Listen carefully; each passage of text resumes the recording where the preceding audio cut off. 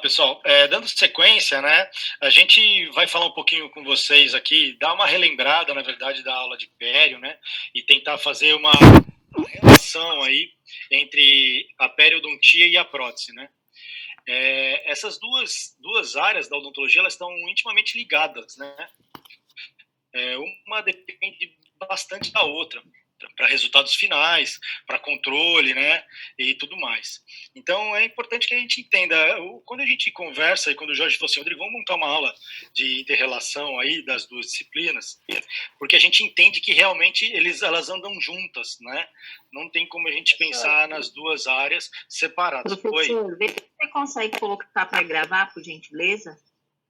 O Henrique está gravando, tá? O Henrique vai gravar pelo computador, porque quem conseguiria gravar seria o Jorge. Tá gravando Só aqui que já. o HD dele, a nuvem tá cheia, então ele já tá gravando lá e a gente disponibiliza depois para vocês, tá bom? Eu não voltei aí, mas pode tocar o pau aí, tá bom? Tá.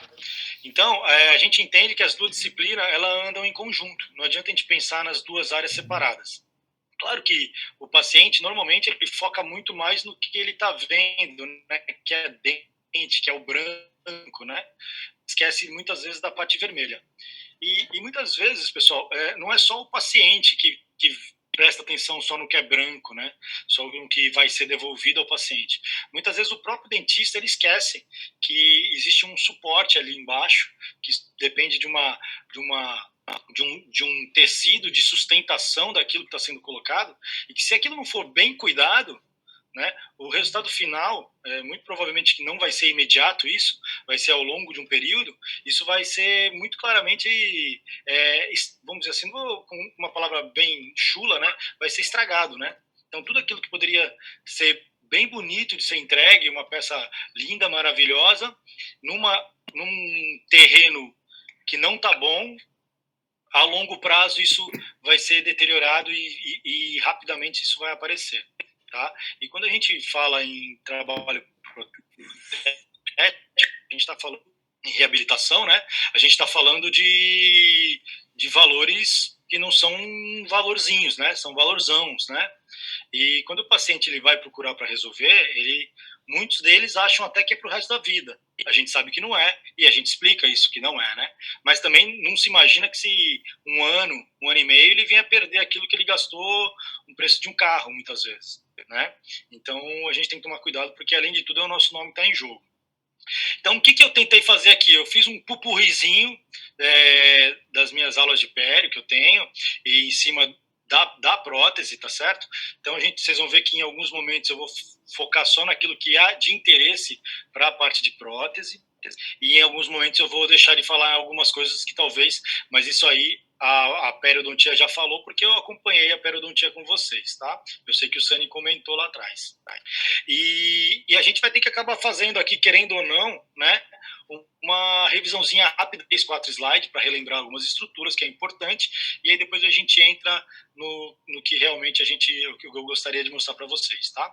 Não é uma aula curta, tá? É uma aula um pouquinho longa aí, com bastante slides, porém são muitas fotos, então as coisas vão correndo, vão fluindo. Se alguém tiver alguma dúvida aí, o Henrique, o Jorge, quem puder aí, vai vendo as perguntas, ou façam a pergunta para mim no áudio, tá? Porque eu não, como eu falei, não estou vendo o chat de vocês agora. Bom, para a gente relembrar, vamos falar um pouco de periodonto, né, da parte vermelha, e lembrar que periodonto, se a gente dividir esse nome, que quer dizer, né, que é tudo que está em torno do nosso dente, da nossa área branca, né?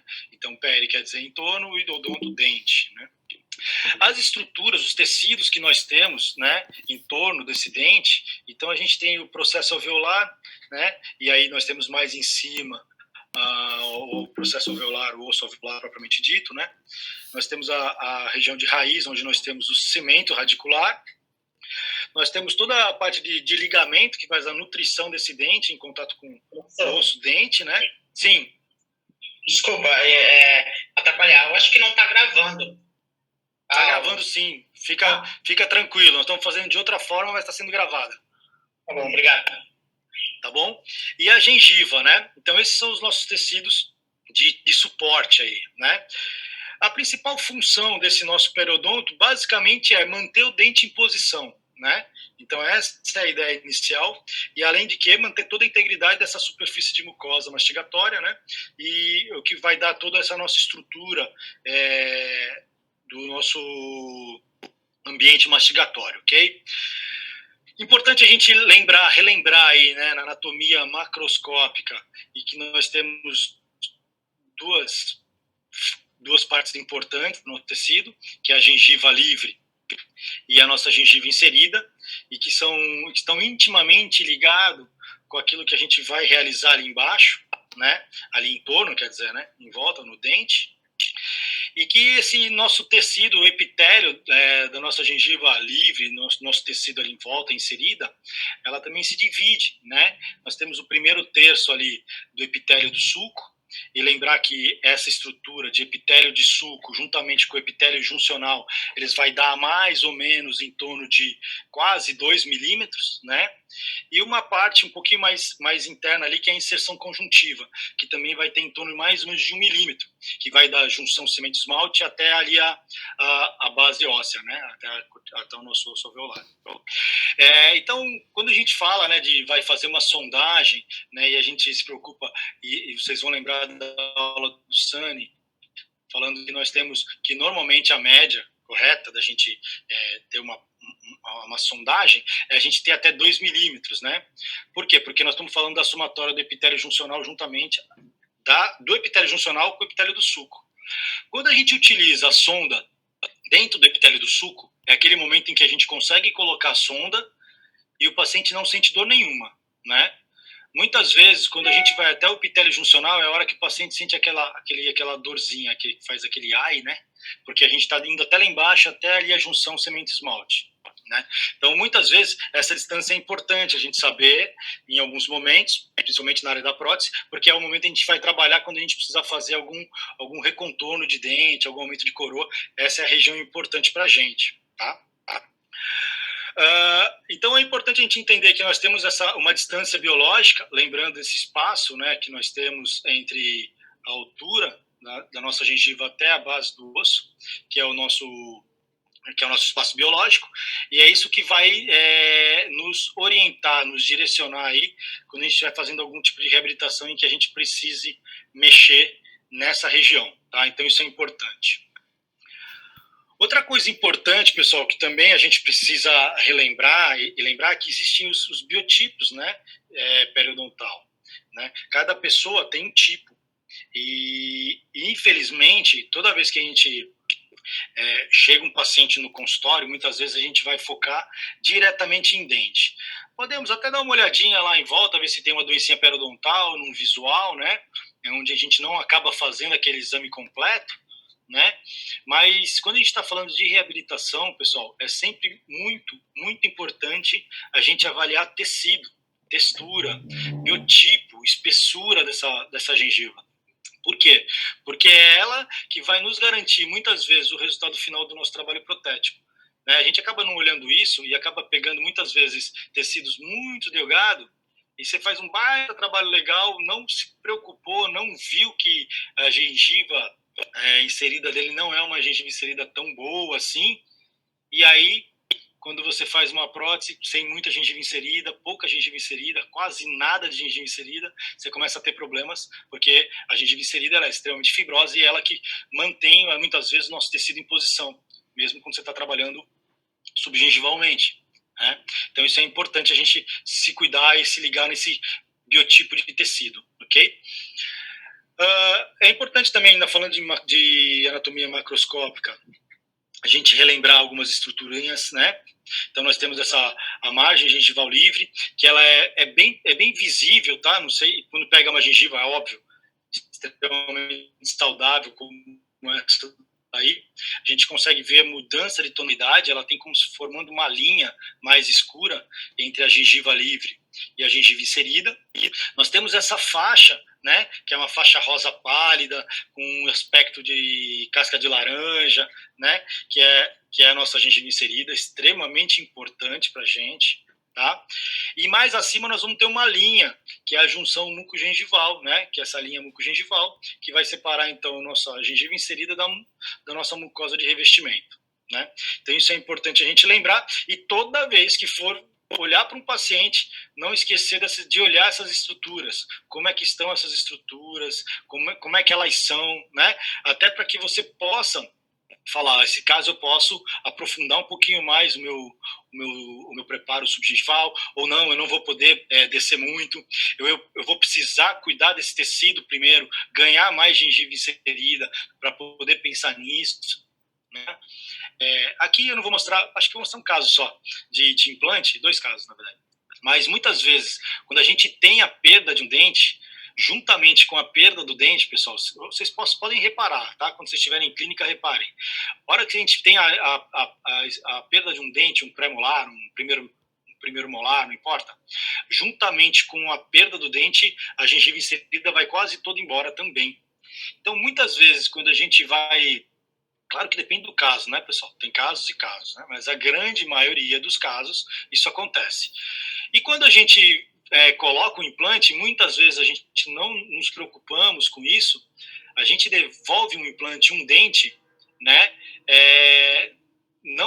Não se ligando que naquela região vestibular eu não vou ter mais essa faixa de gengiva inserida. E aí, muitas vezes, você coloca a prótese e o paciente reclama bastante de dor na região, né? Que é o que nós chamamos hoje de mucosite, né? A mucosite, mas eu escovo o dente, dói, as cerdas em bater ali dói, né? Por que isso acontece? Isso acontece porque o paciente tem uma margem gengival livre, né? Que é criada, né? Na verdade, ela não existe mais, mas ela é criada por causa dos componentes do implante, e diretamente já vem a mucosa alveolar, né? Que é a mucosa de revestimento. Não tendo nessa região, por exemplo, essa faixa de gengiva inserida, né? Que é aquela gengiva queratinizada, né? Que tem uma banda bastante fibra e que seguraria o tecido em posição e que aguenta bastante a cargas, né? A força mastigatória, a escovação e tudo mais, né? Então, é por isso que acontece bastante essa condição em implante, porque a gente perde essa faixa de gengiva inserida. É importante a gente lembrar também que a gengiva livre, ela não está só na região vestibular, né? Ela está não só na região vestibular, mas ela é como se fosse um cordão que contorna o dente, ela faz o contorno do dente todinho, né? O resto do tecido do palato é diferente, ok, mas não existe gengiva inserida em palato, né? Apesar do tecido do palato ser muito, muito fibroso até, né? Mas ele é diferente do tecido vestibular. Mas esse anel, esse contorno em volta do dente é igual tanto na vestibular quanto na lingual. Então, essa gengiva livre a gente tem todos os lados. E é importante a gente entender exatamente isso que eu estava falando anteriormente, né? Se a gente olhar, tem 4 arcadas, né, superiores aqui, e se vocês repararem, nenhuma arcada é igual à outra, né? Tanto em quantidade dessa faixa de gengiva inserida, como em aspecto mesmo, né? Você tem a primeira ali, que eu tenho usado anteriormente, com um aspecto bem bacana, né, da casca de laranja, né? E se você reparar nas outras, quase não tem. Se vocês também repararem, né, de baixo, olha a quantidade de gengiva inserida que eu tenho nessa de baixo do lado esquerdo, né? Em qual caso eu tenho um problema maior? Nesse de cima, do lado esquerdo, ou nessa de baixo, do lado esquerdo? O que vocês acham?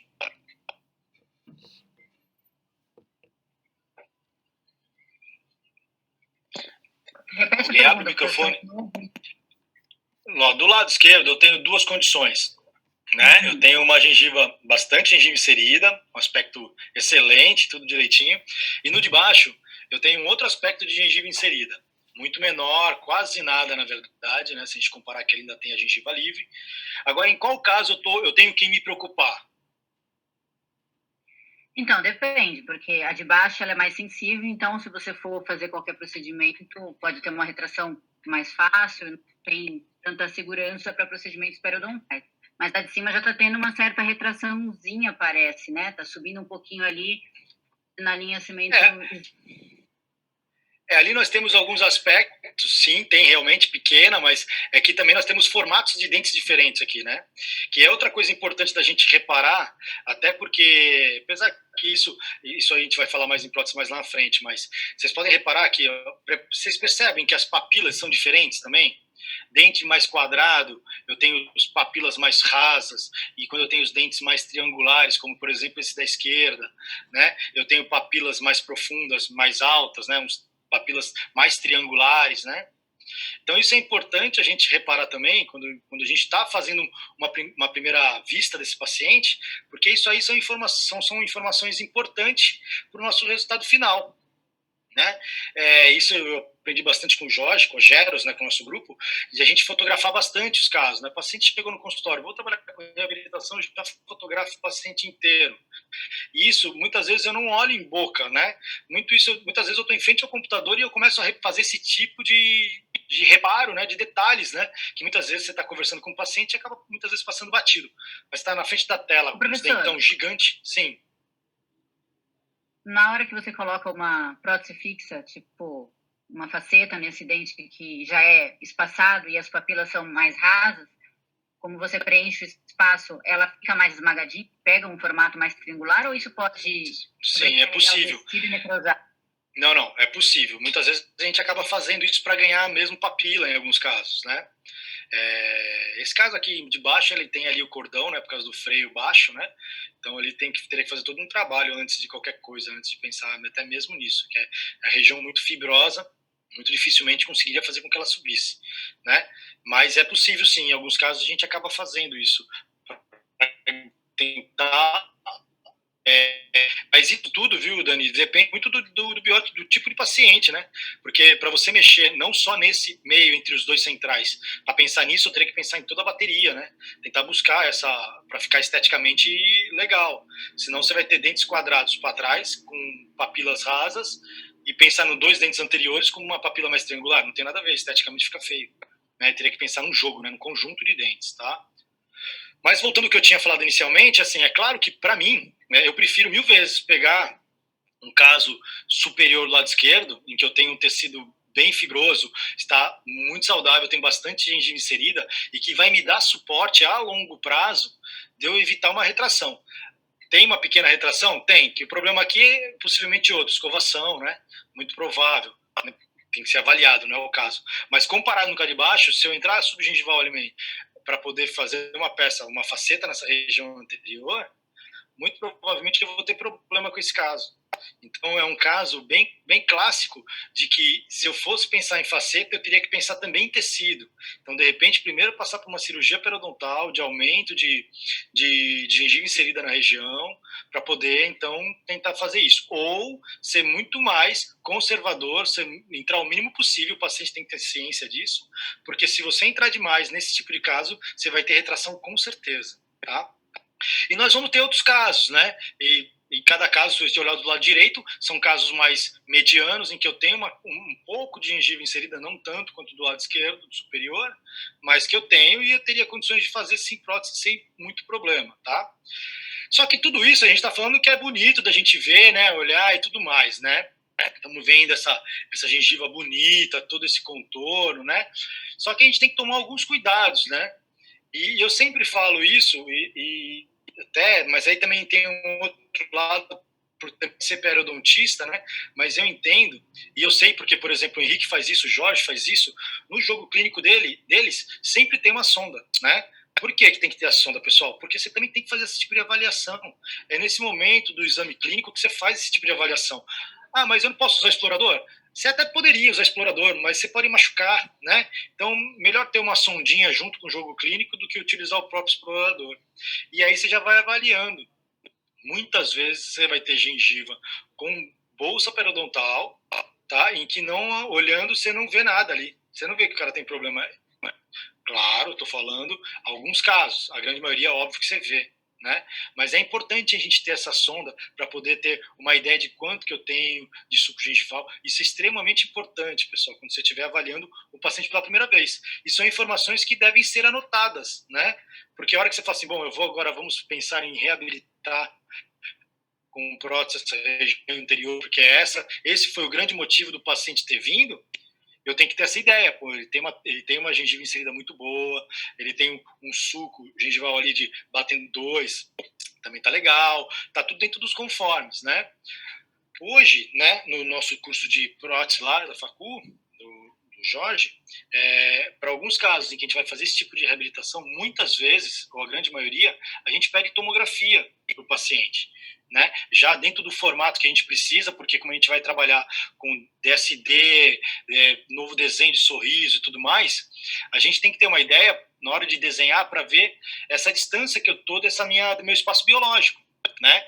E nada melhor do que eu ter uma tomografia que vai me dar essa ideia muito clássica, porque a gente vai trabalhar com toda a parte digital também, que mais para frente a gente vai mostrar um pouquinho também de como é que a gente trabalha lá na nossa especialização de prótese, né, para esses casos.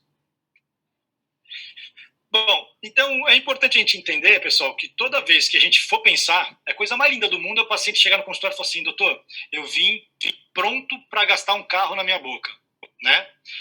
Quando o paciente fala isso para você, os olhinhos até brilham, né? Só que a gente tem que tomar cuidado, muito cuidado com isso, porque nem todo paciente é um paciente selecionável para ter prótese.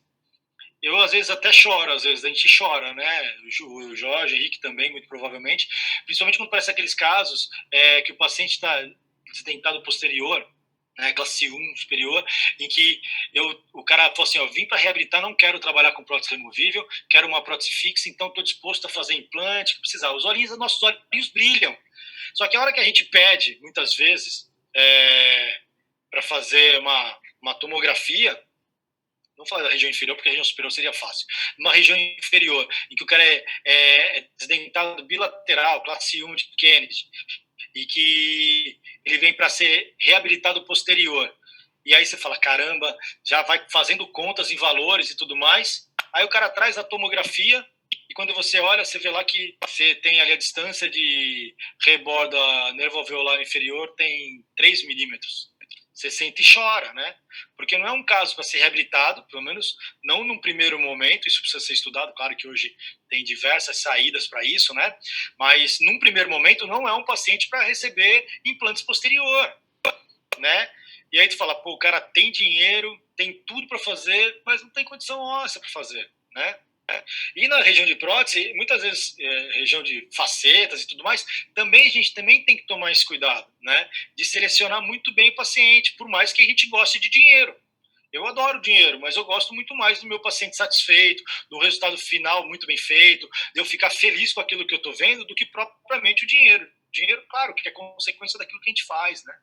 Mas é importante que a gente tenha isso em mente, pessoal, porque é muito sugestivo o paciente chegar e falar isso e você vai tentar dar um jeito para ganhar aquele dinheiro de qualquer jeito. Só que você vai ganhar esse dinheiro, talvez não fácil, porque você vai trabalhar para isso, mas você vai ganhar esse dinheiro e esse cara, que seria o cara que faria a maior propaganda sua lá fora, vai ser o cara que, quando ele sorrir, vai ter um monte de problemas. Imagina pegar um caso igual a esse, o cara fala assim, eu tenho dinheiro para gastar aqui, doutor, eu quero facetar esses meus dentes inteiros, né? Óbvio, eu sei, coloquei um caso totalmente extremo, não é um caso para isso, né? Óbvio. Mas poderia ser. O cara ganhou na Mega Sena, o cara tem dinheiro pra caramba, vim para arrumar todos os meus dentes e quero facetar. Não quero extrair nenhum, doutor, mas eu quero arrumar todos os meus dentes. Se esse cara, primeiro que ele não é um cara em potencial para isso, não financeiramente, mas não é por questão de saúde, né? Se o cara deixou chegar nessa condição, nós temos alguns problemas que precisam primeiro serem corrigidos. Não quer dizer que esse cara não possa, no futuro, vir a receber uma reabilitação, né? Vamos entender, pessoal. Vamos entender bem o que eu estou querendo dizer, né? Não é que ele não pode. No momento, ele não pode. Não teria condições nenhuma para isso, né? Mas também, se a gente não precisa ir tão longe, né? Podemos pegar esse caso, por exemplo. Um caso não é tão, a princípio, né? Não tão complicado. Esse é uma foto do livro do Carranza, tá? Em que o paciente ele tem um problema de higienização, ele não escova corretamente os dentes, e aí nós temos o quê? Uma gengiva totalmente inflamada. Adianta eu falar, não, nós vamos fazer prótese, vamos facetar esses dentes todos, ó, vai sair X, ele vai falar, ótimo, perfeito. Só que se a gente não passar inicialmente por um trabalho de conscientização desse paciente, de que ele precisa escovar melhor, fazer um controle a médio e longo prazo, antes mesmo da gente iniciar a prótese, você pode ter certeza que esse cara vai ter problema e você vai ter problema porque é o seu nome, né? Então a gente tem que tomar bastante cuidado com isso, né? Então não adianta a gente querer pensar em prótese se o problema dele está na base, né? Nós temos todo um terreno contaminado, totalmente complicado, e não adianta eu querer em cima desse terreno construir um prédio maravilhoso, todo envidraçado, lindo, lindo, lindo, sendo que todo o terreno ali está todo contaminado, tudo comprometido. E aí nós vamos ter problema. Tá? Então é importante ter essa informação, entender que odontologia hoje muitas vezes, e trabalho com o Jorge há muito tempo, e a gente faz esse trabalho de conscientização há um bom tempo também já, de que os pacientes eles não recebem prótese enquanto não tiver com tudo em ordem. E quantas vezes o Jorge manda de volta para mim, até fala assim, cara, dá uma reforçada aí porque não tá legal. E ele não põe mesmo, não vai pôr prótese enquanto o paciente não chegar com consciência de que ali em cima tem que ser feito um trabalho legal, né? E só que para isso eu preciso que a base também esteja boa, né? Então é muito importante isso. Pode falar, alguém tá falando alguma coisa? E pessoal, tudo bem até aqui? Tudo bem, tudo bem. Então, beleza. Professor. Bom, então tá. Então, o que a gente busca, pessoal? A gente busca esse tipo de tecido, né? Um tecido que a gente percebe que ele está bem saudável, a gente consegue ver o término direitinho. Essa foto de baixo eu já mostrei para vocês, né? Numa outra aula minha. E o que a gente quer? Como é que a gente consegue chegar nisso, né? Primeiro, conscientização do paciente. Ele tem que entender que a gengiva dele tem que estar muito, muito, muito bem para que ele possa ir para um passo à frente. Seria a moldagem e, a partir de então, receber uma boca nova, né? O que mais que eu preciso? Eu preciso também tomar um cuidado, que depende da gente, né? Que é de poder cuidar bem dessa região com os nossos provisórios e tudo mais, né? A gente não consegue chegar num trabalho final igual esse que vocês estão vendo, ó.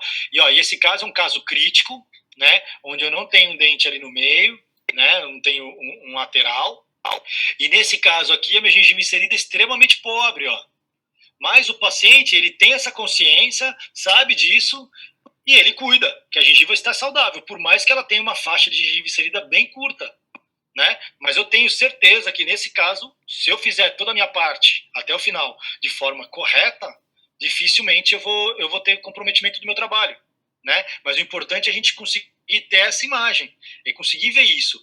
Quantas e quantas vezes eu tenho certeza que o Jorge e o Henrique também, e toda a nossa equipe Geros, porque a gente tem essa coisa na cabeça de que o paciente ele pode voltar 10 vezes. Se a gengiva não estiver legal, volta. Não vou moldar. Não vou moldar porque o nosso trabalho vai estar comprometido. Vai ter sangue na região, muito sangue. Sangue às vezes acontece, né? Por mais que você faça o hemostático, aplique tudo que tem que ser feito da forma que tem que ser, tem o provisório perfeitinho, muitas vezes acaba sangrando dependendo do tipo de tecido, né? Mas outra coisa importante de se fazer também, que muitos não fazem, depois do dente preparado, é importante eu sondar novamente, porque eu estou entrando subgengivalmente, eu já sondei, eu sei quanto que eu tenho, mas eu ter essa informação é muito importante. Qual é a minha distância de suco gengival, quanto que eu tenho depois do preparo. O ideal é que eu desça no máximo meio milímetro ali, no máximo, em torno disso, né? Para trabalhar sempre dentro da gengiva livre ali, né? Evitar de descer um pouquinho mais até o epitélio juncional, né? Às vezes preciso, às vezes não tem jeito, né? Mas eu sei que vou ter prejuízo com isso, né? E lembrar sempre que, para poder chegar naquele resultado, eu preciso que o meu provisório esteja de forma adequada, decente nisso aí. Não é porque eu quero que ele fique bonito, que o paciente saia com ele bonito. Claro que isso é consequência, né? Nós já conversamos sobre isso na aula de provisório. Mas é importante que o meu término esteja perfeito, né? Tem que estar perfeito, pessoal. Gasta uma energia, gasta 1 hora, 2, não importa. Você está ganhando tempo com isso e não perdendo. Tudo bem? Extremamente importante, pessoal. Além do término chegar onde tem que chegar, ele tem que estar muito bem polido. O tecido sente, a resina é porosa, a chance de acumular na gengiva livre ali placa em contato com o dente que é resina e é poroso é muito grande. Mesmo polindo, se você colocar no microscópio esse dente polido, você vai ver que ele tem microporosidades, mesmo com ele bem polido. Então, se a gente conseguir evitar problema, é importante que a gente faça, tá? Não pode deixar de fazer isso, pessoal. E é isso que a gente busca, né? Essa imagenzinha também da minha outra aula de provisórios, mas o que a gente busca é exatamente isso, o meu término perfeitinho ali, com o meu provisório, né? E com isso eu evito problema, porque por mais que vai ter resíduo ali dentro, vai ter, claro que vai ter, não tem jeito, né? Mas todo ato de escovação isso vai ser removido e não vou ter problema, porque não tem nada que faça com que tenha uma retenção ali a mais do que precisa, né?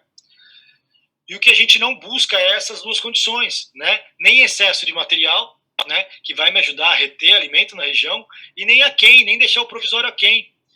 O pessoal fala assim, mas não tem excesso, pelo menos fica menos mal. Não, cara, esse espacinho ali é o suficiente para ter uma proliferação de bactéria ali dentro e com certeza essa gengiva vai vir todinha inflamada no retorno. Tá? Então, muitas vezes vocês vão ter que tirar provisório, tá tudo inflamado, reembasa provisório, arruma término, acerta tudo direitinho, para que até então, no momento certo, você vá para a moldagem sem ter muitos problemas, tá? Então, é importante que a gente tome esse cuidado, tá? Lembra daquela, na minha aula lá atrás, que eu falei que toda fase da prótese, ela tem a sua importância. Se você deixar um rabinho em cada fase, quando chegar lá no final, tá, nós vamos ter um problemão, porque é um monte de probleminha acumulado, e aí a culpa vai ser sempre de quem, pessoal? No final? De quem que é a culpa? Lá no final. Do dentista. Não, do protético, não é? A culpa é sempre do protético, que entregou a prótese, que ficou uma porcaria essa prótese, ele não soube fazer direito, não, mas foi uma sequência... Não ensinou. Na verdade, é uma sequência de problemas que veio vindo, né? E aí virou um problemão lá na frente. Então, tem que tomar cuidado. Tem um problema, resolve o problema, volta a fase. Volta sempre uma casinha para trás, corrige o problema para poder ir para frente. E aí você vai ter certeza que tem o resultado final. E lá na frente nós tivermos um problema... O microfone é aberto, pessoal. Se tivermos um problema lá na frente, com certeza o problema foi do laboratório, porque você tem certeza que todas as fases você fez de acordo, né? Então aí sim, mas o protético também não está livre disso não, né? Bom, e aí nós temos esse caso, né? Esse caso aqui são restaurações em resina, né? Foi o paciente da faculdade, esse caso. Ele veio dessa forma aí, ó. Essa gengiva toda inflamada. O dente foi reabilitado com resina composta, porém quem foi que fez, também não importa, né? Chegou na faculdade desse jeito e tomou algum cuidado. Devolveu, talvez do jeito que ele gostaria, resina composta, falta brilho, falta algumas coisas nesse 21. Mas com certeza ele não se preocupou com aquela região lá em cima, cervical, né? E aí nós temos problemas ali, não tem jeito, ali vai ter problema e vai ter retração, tá? Então tem que tomar cuidado, pessoal, essa é uma coisa importante, né? E outra coisa importante de ser feita, toda vez que você estiver provando, hoje em dia a gente quase, talvez na faculdade vocês nem vão usar mais, né? A gente já está trabalhando com silicato de lítio, as coroas, mas vai que acontece da gente utilizar uma metalocerâmica, né? Ou da COI, de repente vocês façam isso, não sei. Mas é importante verificar, pessoal, e não deixar isso que vocês estão vendo aí, ó, que é super comum você encontrar no consultório, né? Você pega aí um 46, por exemplo, com a coroa com um monte de excesso ali do copo metálico, ali é copo metálico. O copo metálico está com excesso danado na proximal. E ali a gente está vendo a proximal, né? A gente não sabe como é que está vestibular lingual, né? Muito provavelmente, se na proximal está assim, é muito provável que na lingual e na vestibular também esteja. Ou então pegar um 45 e ter material aquém, ó. Né? Isso tudo é problema. Isso tudo, num primeiro momento, pode ter certeza que o paciente sai satisfeitíssimo do teu consultório.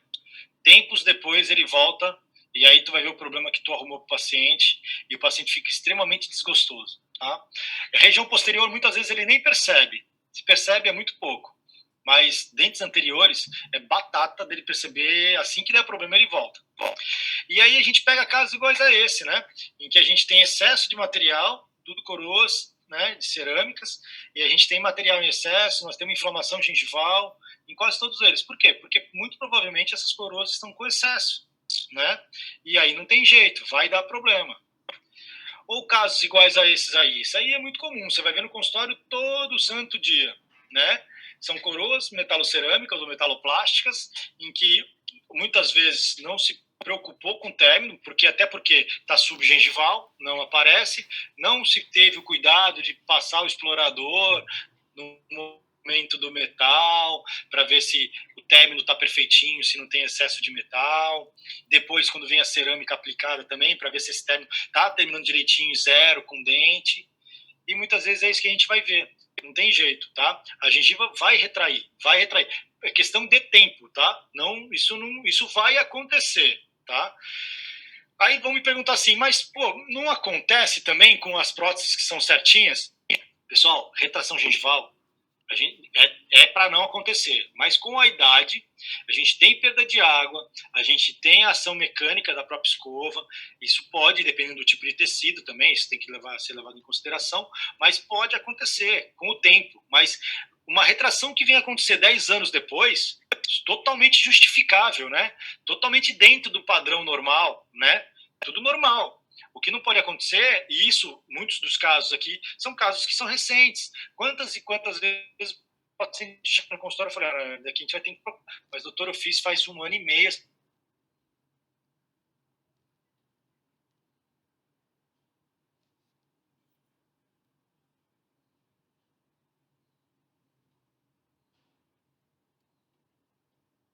Acho que travou do professor, né, gente?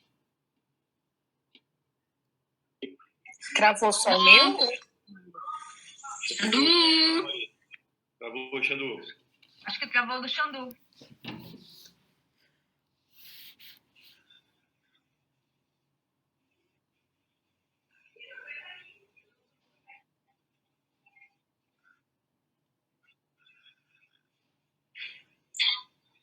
Professor Jorge, eu posso aproveitar e te perguntar uma coisa? Pode, lógico. Existe, já aconteceu de uma pessoa fazer o tratamento, o término está perfeitinho e por conta de alguma doença sistêmica, ou porque fuma muito, dá uma retração em conjunto na parte conjuntiva? Aí, voltei, pessoal. Sim, acontece com frequência. Voltei. Na verdade, isso tem a ver um pouquinho com o que o Xandu falou de perfil gengival, entendeu? Então, às vezes, você agride muito, mesmo pode ser no processo da moldagem, no processo de cimentação, de remoção de excesso, tudo isso, você agredir, você tem chance de ter uma recessão logo na sequência. E, às vezes, ao longo do tempo também, o paciente, às vezes, já tem uma gengiva um pouco mais fininha, né? Um fenótipo mais delgado, e isso favorece uma retração, aí o paciente ainda traumatiza, então pode acontecer de você ter terminado a peça subgengival, ao nível, né? Normalmente é ao nível gengival, e depois de um tempo você enxergar a linha de cimentação. Isso acontece com frequência, principalmente com o paciente que tem um perfil gengival não favorável, o Xandu já explicou, entendeu? E às vezes acontece por outras coisas também, às vezes o paciente mesmo traumatiza, às vezes a peça está desadaptada e causa isso, né? Essa peça tem um volume muito grande na terminação, porque principalmente quando for no metal ou cerâmico, você tem que ter lá no término um metal, um espaço grande, né? O metal opaco e a cerâmica ainda. Então tem algumas variáveis. Quando isso acontece em molar, tudo bem, né? O problema é quando acontece isso na região anterior. E é metal ou cerâmica. Aí você vai ver sempre aquela borda escurecida do metal que fica na transparência. Então acontece sim. Eu vi uma sugestão de um protético ontem à noite, num artigo, que ele diz que o polimento, qual é a palavra que ele usou?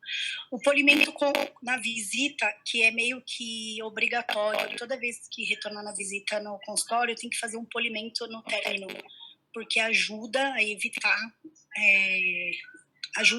essa retração.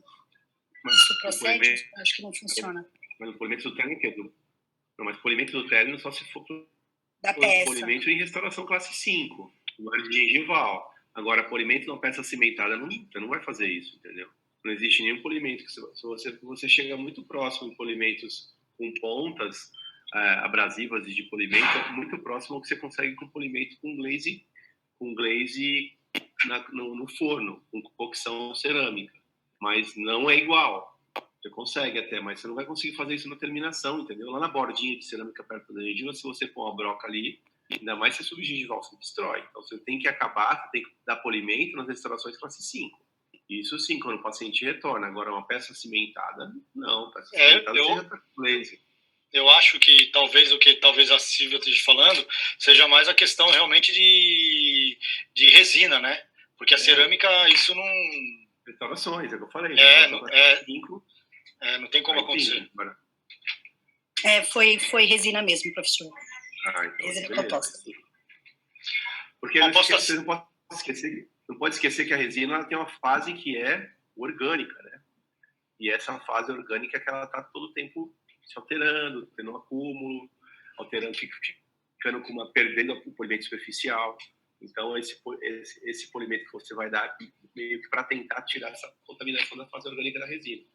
Principalmente aquela resina que não polimeriza totalmente em contato com o oxigênio. Daí os usos bloqueadores de oxigênio, que a gente aprenderam na dentística, eles falam mais disso do que a gente, né? A gente tem mais coisa para falar.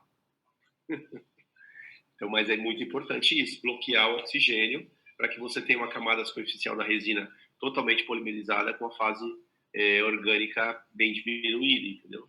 Porque quando não polimeriza, aí você tem a possibilidade de ter uma superfície da resina pior, do ponto de vista de polimerização e porosidade, e, por consequência, acúmulo de biofilme.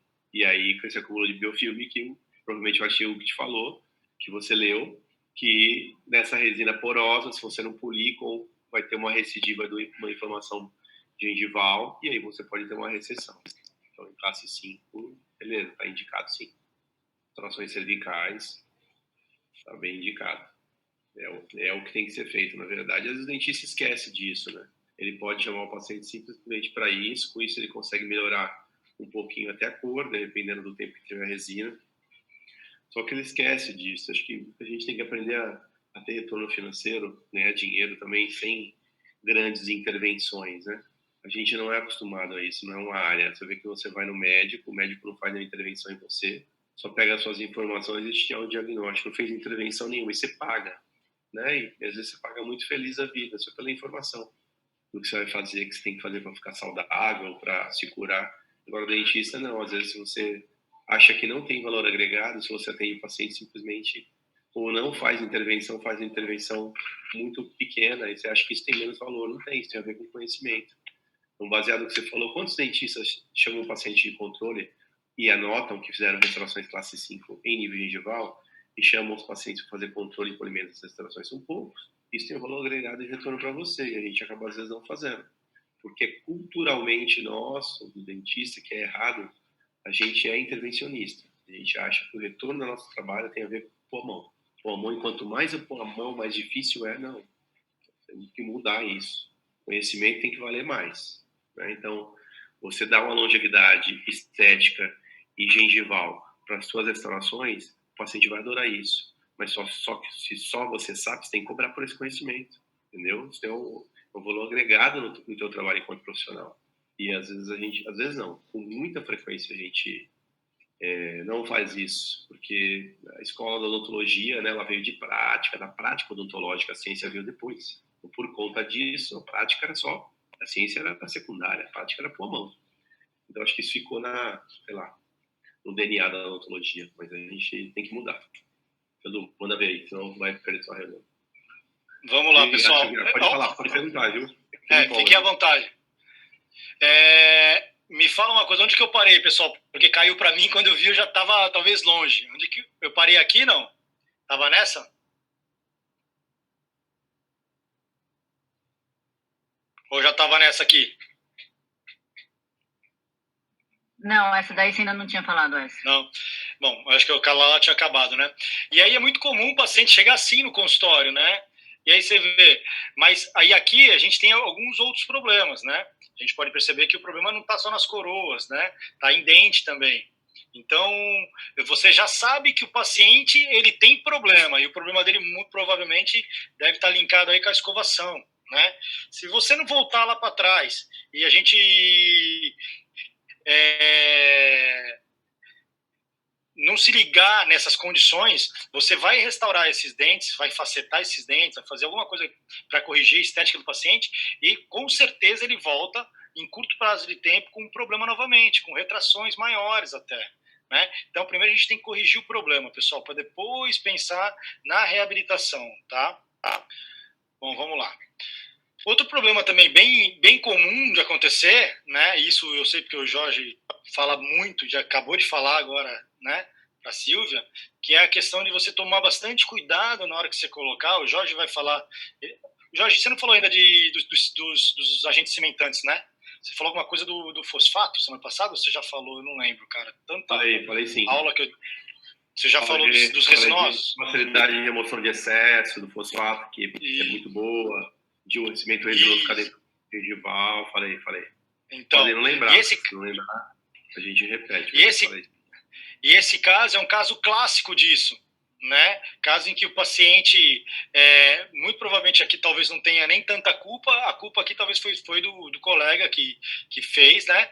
E que quando cimentou não fez a remoção por completo ali dentro, né? Se você não remover, certeza, 15, 20 dias o paciente volta da mesma forma que vocês estão vendo, todo esse halo vermelho em volta dos dentes, né? Por inflamação gengival, por quê? Por excesso de cimento resinoso dentro do suco gengival. Mas, por exemplo, então é importante posso fazer fazer uma isso. pergunta rápida? Claro.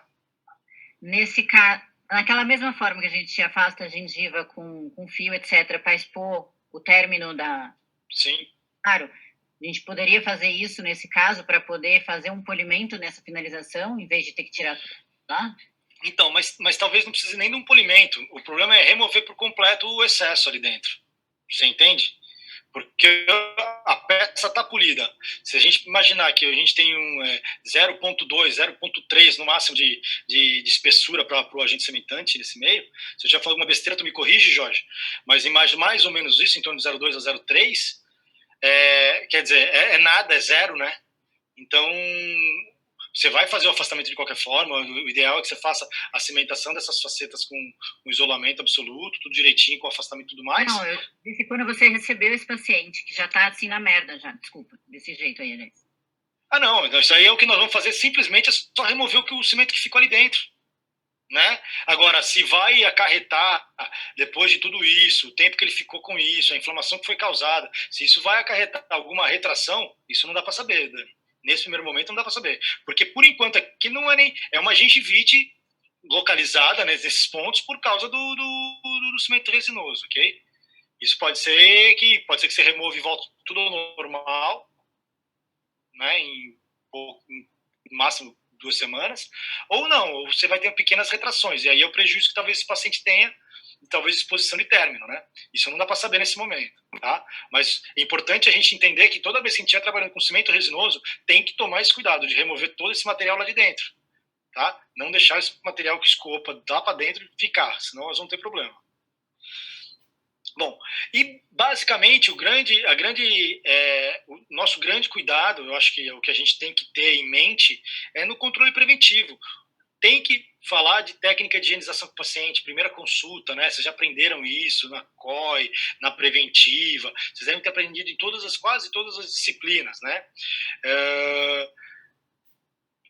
Mas isso é uma coisa, é a nossa rotina de trabalho, né?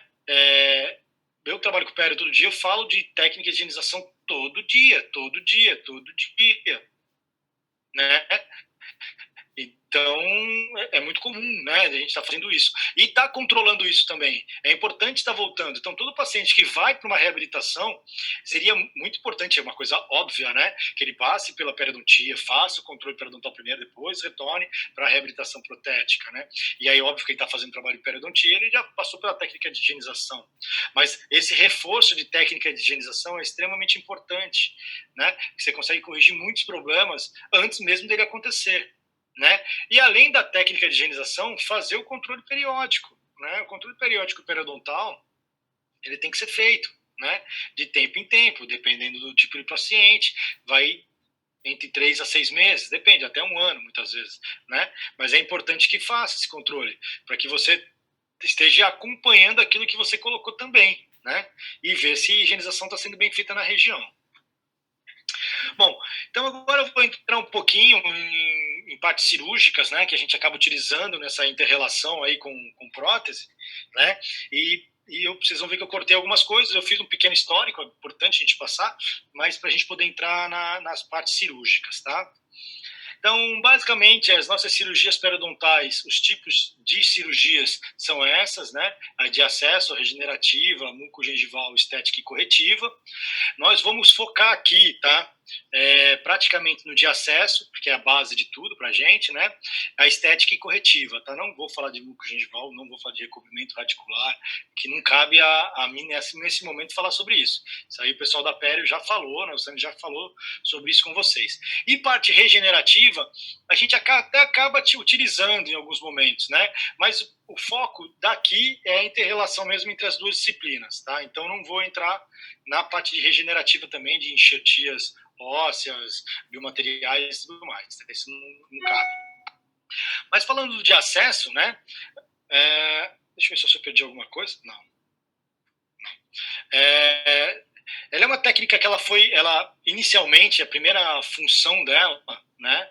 Ela foi para corrigir e reduzir as bolsas periodontais, tá? E depois, com o tempo, e vocês vão ver, né? Que a gente utiliza hoje muito ela também, até mais do que redução de bolsa periodontal, que hoje em dia acaba sendo uma baita...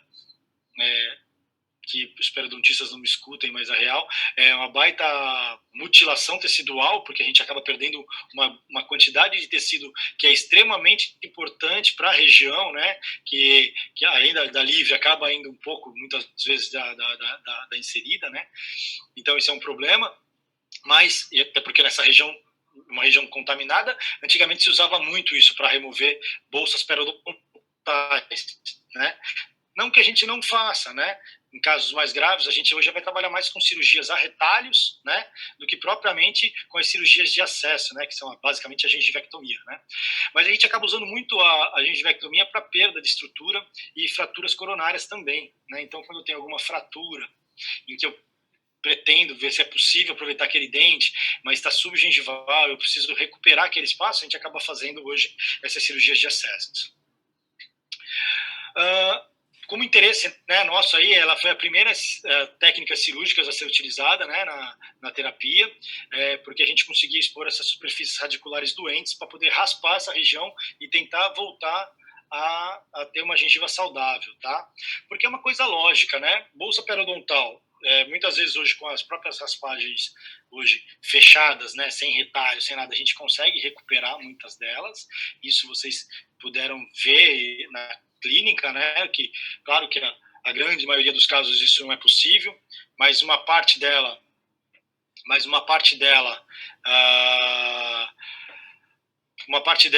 só um minutinho, pessoal, por favor, me dá um minuto. O rapaz tá ali embaixo, tá? Já. Mas não sei, mas a Natália como eu te avisar. Desculpa, pessoal, em casa é broca. Mas vamos lá. Então, para poder tentar trabalhar essa gengiva, muitas vezes, como eu estava falando, né, a gente consegue, na raspagem, a gente consegue melhorar essa condição de espaço de gengiva livre ali no suco gengival e voltar a ter uma gengiva saudável, né, acabando com as bolsas periodontais, mas muitas vezes isso não é possível. Então, muitas vezes, hoje em dia, a gente trabalha muito mais para resolver esse tipo de caso com retalhos, né, a gente abre o retalho, faz a raspagem aberta e fecha, e muitas vezes isso já é o suficiente para a gente reduzir essas bolsas. Em alguns casos mais complexos, isso às vezes não acontece num primeiro momento e precisa ser feito um controle periódico, e com isso a gente consegue reduzir só nessas condições. Em alguns casos, isso também não é possível, e aí a gente tem que partir para cirurgias de acesso, que é a gengivectomia realmente, e remover esse tecido da região, tá? Das cirurgias de acesso, tá? Então, não vou entrar no procedimento de retalho, porque não cabe aqui, né? A gente está falando puramente de periodontia, mas a ideia aqui é a inter-relação. Então, a gente vai falar um pouquinho sobre gengivectomia e gengivoplastia, né? Vamos falar muito mais de gengivectomia do que gengivoplastia. Gengivoplastia, em alguns casos em que eu tenho um aumento tecidual na vestibular e que a estética talvez esteja prejudicada de alguma forma, a gente pode fazer mão de fazer essa plastia na região. Mas, tentando definir a gengivectomia, né, e foi feito por Grant em 1979, né, é uma incisão da parede de tecido mole de uma bolsa periodontal patológica destinada à eliminação de bolsa. Essa era a definição inicial lá atrás que era utilizada para que era utilizada a gengivectomia, né? Nós estamos falando de 1979. E essa definição veio bem depois desse tipo de procedimento acontecer, né? Se a gente levantar hoje na história, na literatura, a Rubsek fez a primeira vez uma gengivectomia em 1884, né? Totalmente antiestética, né? Em que removia totalmente o tecido sem pensar em papila, sem pensar em nada, né? E essa técnica foi evoluindo, né? Até que a gente chega no dia de hoje e é uma técnica ainda hoje empregada, bastante empregada, né? Que é a técnica empregada por Goldman. E é uma técnica que não é nova, de 1951, né? Onde a gente faz a demarcação dos pontos sangrantes, desconta ali os 2 milímetros, mais ou menos 2 a 3 milímetros, e faz a perfuração, marcando os pontos, e faz o recorte de toda essa região.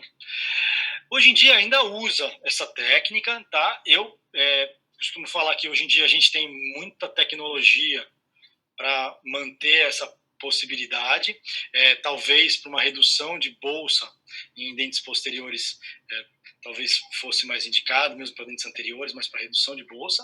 Porém, falando em dentes anteriores, você vai ter uma retração grande de tecido nessa região, né? Que esteticamente vai gerar um prejuízo. Então, isso tem que ser muito bem estudado para ser feita essa gengivectomia em região anterior, tá? Mas depois faz faceta, recupera espaço. Sim, dependendo do quanto vai tirar, né? Talvez sim, talvez mesmo fazendo isso não fique esteticamente legal, tá? Então, a gente faz todos os pontos sangrantes, faz a incisão unindo os pontos sangrantes, e aí faz a remoção, podendo utilizar um periótomo mesmo, pode ser um próprio sindesmótomo, ou até mesmo o gengivótomo hoje, que também acho que vocês não têm na caixa de vocês, mas a gente usava muito no passado, mas ele pode remover também até com o próprio raspador ali, porque ele vai estar totalmente solto, né? E aí então nós vamos ter toda aquela região de raiz exposta e deixávamos antigamente com um cimento cirúrgico aí de 10 a 14 dias para que o epitélio fosse refeito na região e aí tratava. Imaginem vocês, pessoal, porque hoje em dia, olha, eu vou te ser sincero, esse tipo de procedimento eu não faço há uns mais de 10 anos, eu acredito. Tá? Eu não lembro de ter feito um procedimento desse para isso com menos de 10 anos. Imaginem que eu tenho dentes ali, que eu tenho exposição radicular e que os dentes estão vivos. Imagina a vida desse paciente pós-cirurgia, né?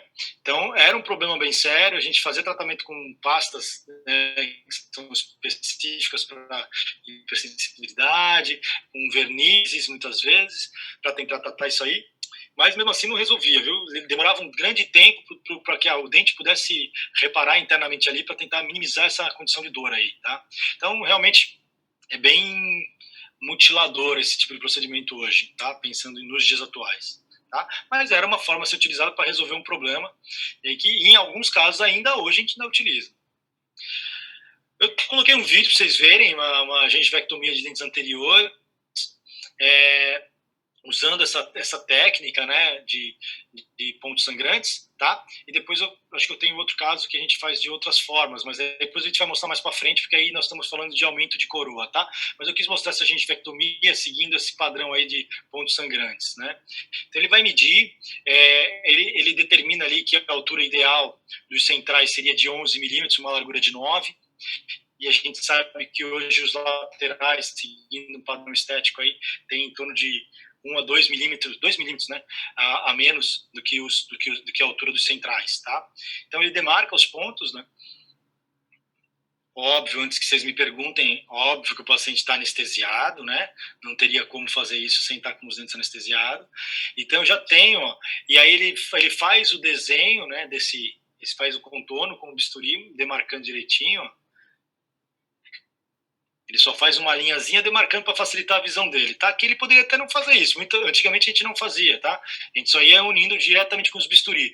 Para você ver que é bem rudimentar isso, né? Porque você imagina, você está tentando desenhar um dente do lado do outro numa região anterior e que tem que ficar legal, né? Isso aí tem que ficar legal, porque se não ficar legal, você imagina o quanto o paciente vai reclamar com você sobre isso, né? Então, isso é feito manualmente, no visual mesmo, quando você tirando, pensando ali em zênite, imagina, você tem que olhar o zênite de um lado do outro para ficar exatamente igual, né? Mas muita gente ainda usa isso, tá? Tem muita gente fazendo. Ó. Você faz primeiro uma incisão nos pontos, depois você entra dentro do suco gengival e vai unindo esses pontos, para poder depois remover esse colar, tá? E aí, ó, ele tá removendo esses colares nessa região.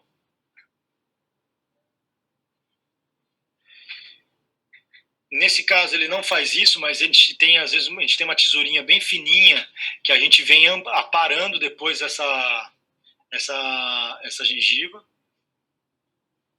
tá? E aí, ó, nós temos a nossa, ó. E aí ele já fez a parte de gengivectomia. Agora ele vai iniciar a parte de plastia, porque ele tirou uma grande quantidade de tecido e aquele meu espaço biológico já foi comprometido, não existe. Então agora ele vai ter que criar esse espaço biológico. Então agora, com o bisturi, ele vai cortando as regiões proximais ali, né, das papilas, os pontos das papilas, o resto já está praticamente solto, e aí ele vai levantar esse tecido todinho vestibular, ó.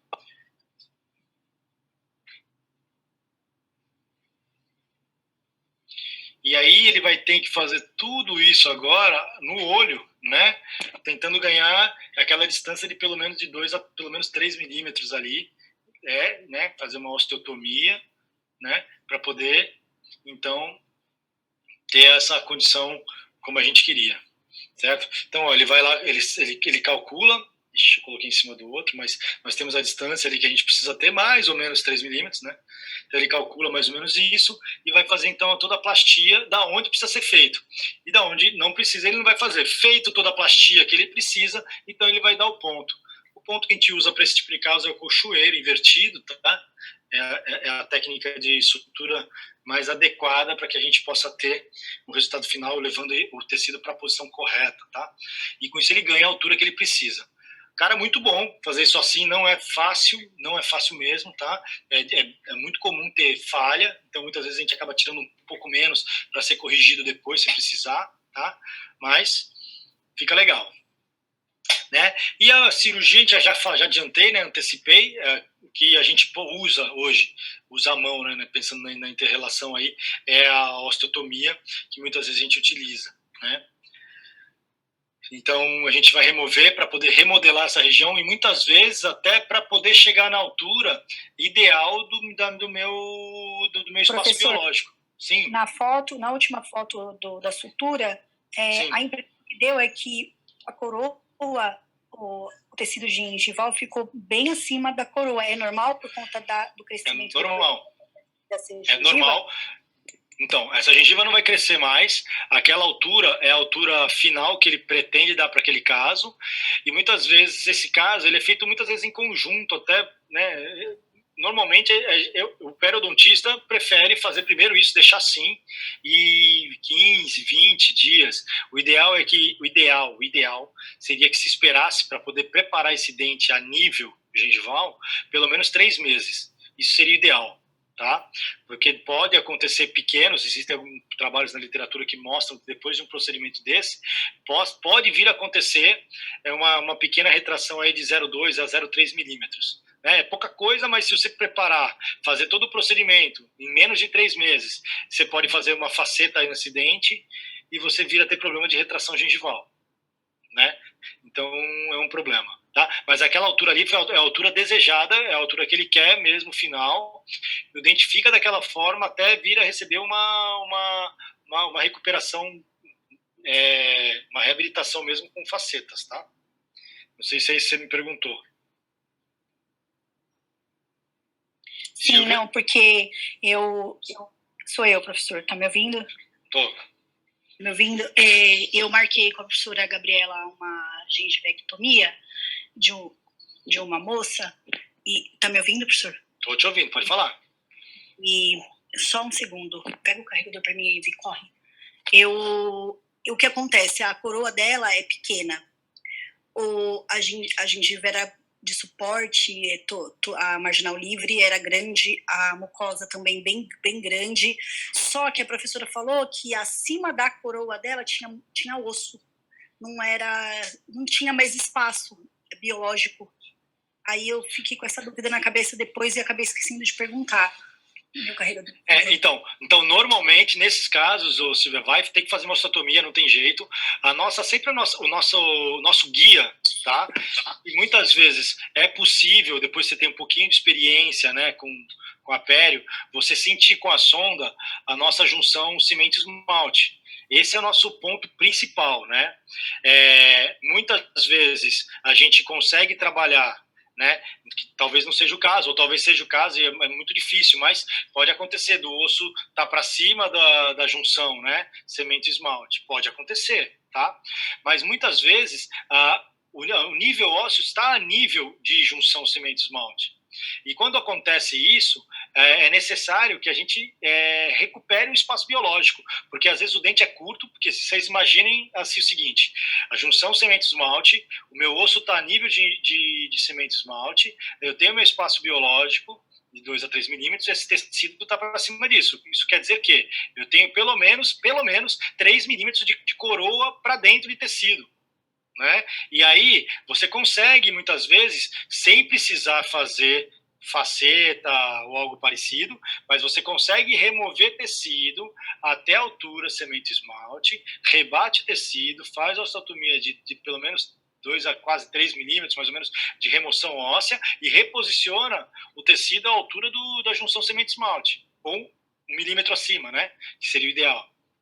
E aí, por isso que a gente fala em tirar em mais ou menos 2 milímetros de osso, porque você fica com mais ou menos 1 milímetro daquela região de 0,9 de gengiva livre ali naquela região. E aí você tem toda a recuperação, você tem quase 3 milímetros de coroa, que é bastante coisa, né, sem precisar facetar esse dente. Mas, volto a falar, hoje em dia, a gente faz muito trabalho desses lá no curso da Geros, e é um trabalho conjunto, pério e prótese, né, porque a gente trabalha diretamente ali junto, e a gente pede para quase todos os casos tomografia. Muitas vezes eu não preciso nem sondar, pela própria tomo, fazendo a tomo de forma correta, com o spandex, né, aquele afastador de labial, tudo direitinho, a gente consegue ter exatamente a posição da onde está a minha junção cimento-esmalte. E aí eu consigo ter uma ideia de onde está o meu tecido, quanto que eu vou remover e o quanto eu preciso remover de tecido. Isso é o que eu acho mais lindo da odontologia moderna. Não tem como não fugir disso hoje, né? A periodontia hoje tem que ir para essa linha, não tem como a gente voltar para trás. Não estou criticando ninguém, muito pelo contrário, eu estou colocando até com questão de literatura, né? Hoje em dia, dificilmente, mesmo para um caso simples desse, que não era um caso complicado, eu iria para uma cirurgia dessa sem ter feito todo um trabalho digital aí do que eu iria fazer e como eu iria fazer. Né? Não assim no pontuar de pontos sangrantes, eu estou falando Rodrigo, tá? Eu estou falando Rodrigo, que estou totalmente dentro hoje da odontologia digital, tá certo? Então eu tenho outras saídas que me dão muito mais garantia, muito mais segurança, quer dizer, eu vou para a cirurgia tranquilo, né? Coisas que uma cirurgia dessa, você errar o zenith de um dente de um 11 para um 21, vai dar um baita de um problema, tá? Para fazer esse tipo de correção depois é muito difícil. De verdade, dá para fazer, mas é difícil, tá? Mas vamos lá, seguindo, né? Então, a osteotomia de interesse nosso está basicamente linkado aí ao aumento de coroa clínica, né? Que a gente acabou de mostrar até, a gente vai mostrar mais para baixo, até um item só disso, né? Mas a gengivectomia, ela é a base também do aumento de coroa, né? E a recuperação de espaço biológico, né? Isso vocês vão fazer muitos casos mesmo, né? Eu uso basicamente para remover osso. Eu gosto muito para fazer principalmente recuperação de espaço biológico. Eu vou usar quase sempre, tá? Eu vou usar brocas cilíndricas, tá? Doutor, desculpa incomodar de novo, mas a Carol está fazendo uma pergunta aqui e pediu para avisar que ela está sem áudio. Posso fazer a pergunta? Pode, claro. Se eu puder responder. Fazendo a Carolina Canfield. Xandu, o periodontal não pode ser usado na gengivectomia? Meu áudio não sai. Como é que repete de novo? O guia cirúrgico periodontal não pode ser usado na gengivectomia? O que ela está falando do PerioGuide, né? O PerioGuide pode sim, tem outras formas também, essa questão que eu estou falando da tecnologia, da área digital, a nosso favor, né? Então, hoje em dia eu falo para vocês que eu não faço mais cirurgias assim às cegas, né? Porque na sondagem e radiografia periapical não me dão essa condição vestibular, o quanto está de osso, aonde está o osso, né? Então, hoje em dia, é extremamente importante a gente ter essa segurança do que a gente está fazendo. Então, hoje em dia, eu trabalho muito com PerioGuide. Vocês vão ver um caso que a gente colocou aqui nosso, da Geros, um trabalho que foi bem bacana lá. Um dos, né? Tem milhões de casos desses lá. Eu peguei um para mostrar para vocês. A gente tem um caso, a Carol está falando. A Carol está falando porque a gente tem um caso que está pronto para fazer, né, Carol? Mas juntou com tudo isso aí, a gente acabou não fazendo. O guia, o PerioGuide está prontinho para a gente mexer nisso, tá? Mas tem outras formas também, tá? E mais que a gente sempre fala, é importante a gente tentar seguir, usar a tecnologia a nosso favor. Pode falar. Então, já que para ter um resultado no Zenit, etc., na prótese, mesmo a básica, a gente precisa fazer uma gengivectomia adequada, etc., ela não poderia entrar numa aula da gente, mesmo na graduação, de como fazer esse guia? Ou é só de especialização mesmo? Então, até porque, assim, na verdade, aqui que a gente vai ser, na especialização de prótese, vocês vão fazer, vocês vão ter ideia, né? Porque, na verdade, não somos nós que fazemos, né? A gente manda para alguém fazer. A gente vai fazer todo o trabalho antes, que eu vou mostrar aí, um trabalho mais para baixo. Tá? Porque, assim, na verdade, tudo inicia desse guia, né? Quando a gente está falando de reabilitação, tudo vai iniciar naquilo que vocês começaram a aprender a fazer já. O Jorge é altamente tecnológico, o Henrique também, né? Quer dizer, nós, graças a Deus, nós três, a gente tem o mesmo pensamento, né? E o Jorge, uma das coisas que se perguntar para a turma de 10 anos atrás, 8 anos atrás, nunca nem ouviu falar que seria o DSD. E toda a nossa base, para poder pensar até no guia, no PerioGuide, por exemplo, a gente inicia com o DSD. Tudo vai iniciar com uma linha, com o desenho do sorriso. É ele que vai me dar o que eu quero e o quanto eu quero, para fazer uma reabilitação focado nisso. Muitas vezes eu desenho isso e eu não preciso entrar com faceta, hein? Vamos entender. Eu vou desenhar o sorriso, o paciente tem dentes quadradinhos mais curtos, né? Ele tem uma hiperplasia tecidual ali na região anterior e que ele vai recuperar isso aí só no ato de eu recortar tecido. Muitas vezes eu só vou fazer uma osteotomia se tiver a necessidade, em alguns casos, né? Uma grande maioria sim, porque eu estou mudando posição de tecido, automaticamente estou mudando o meu espaço biológico, mas para poder recuperar isso. E que é comum, eu canso de ver, hein? Eu canso de ver, até em aulas, em YouTube, do paciente fazendo a remoção, tá? E nessa remoção não remove osso, não devolve o espaço biológico correto. O que vai acontecer, pessoal? O que vocês acham que aconteceria num caso desse? Eu resolvi, e vocês vão ver, casos até meus, hein? Isso eu estou falando de casos bem antigos, hoje eu não faço mais isso, mas eu fiz muito meu no passado, tá?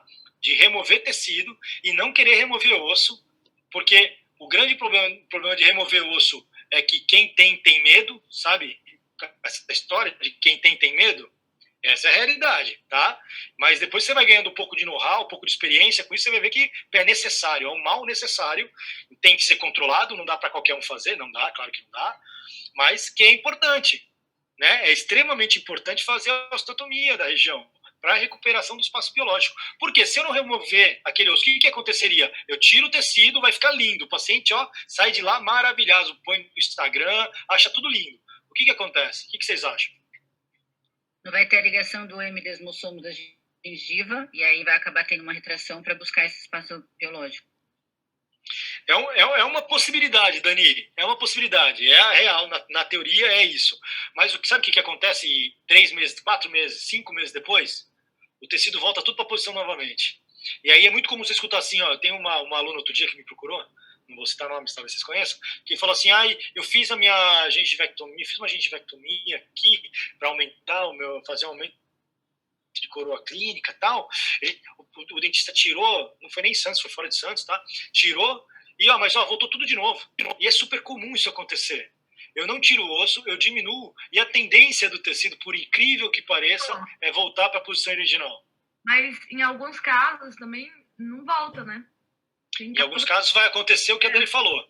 E muitas vezes acaba acontecendo o que a Dani falou, e esse espaço biológico acaba acontecendo de forma imediata, mas pode, juntamente com o espaço que o organismo fisiologicamente vai buscar, pode ter uma retração gengival. Dependendo do que você tiver ali em cima, vai criar problema para o teu trabalho final. Deu para entender isso ou não?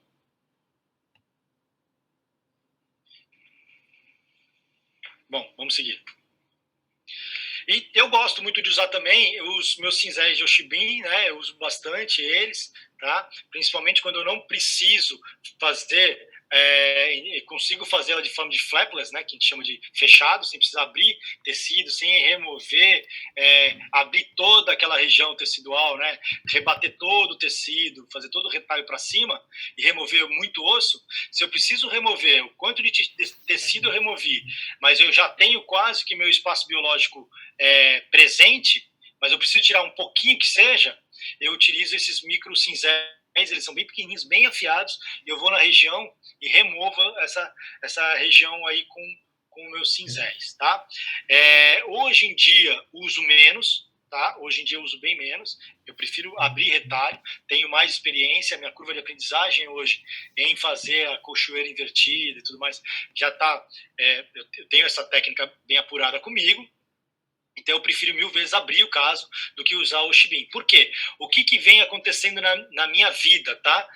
Eu tenho bons resultados com microcinzéis, porém, quando você usa o cinzel, e é para remover pouco osso, óbvio, né? Não é para remover muito, esse osso vestibular ele é extremamente fino. Todo mundo concorda comigo que esse osso vestibular ele é uma paredezinha mínima, muito pequena?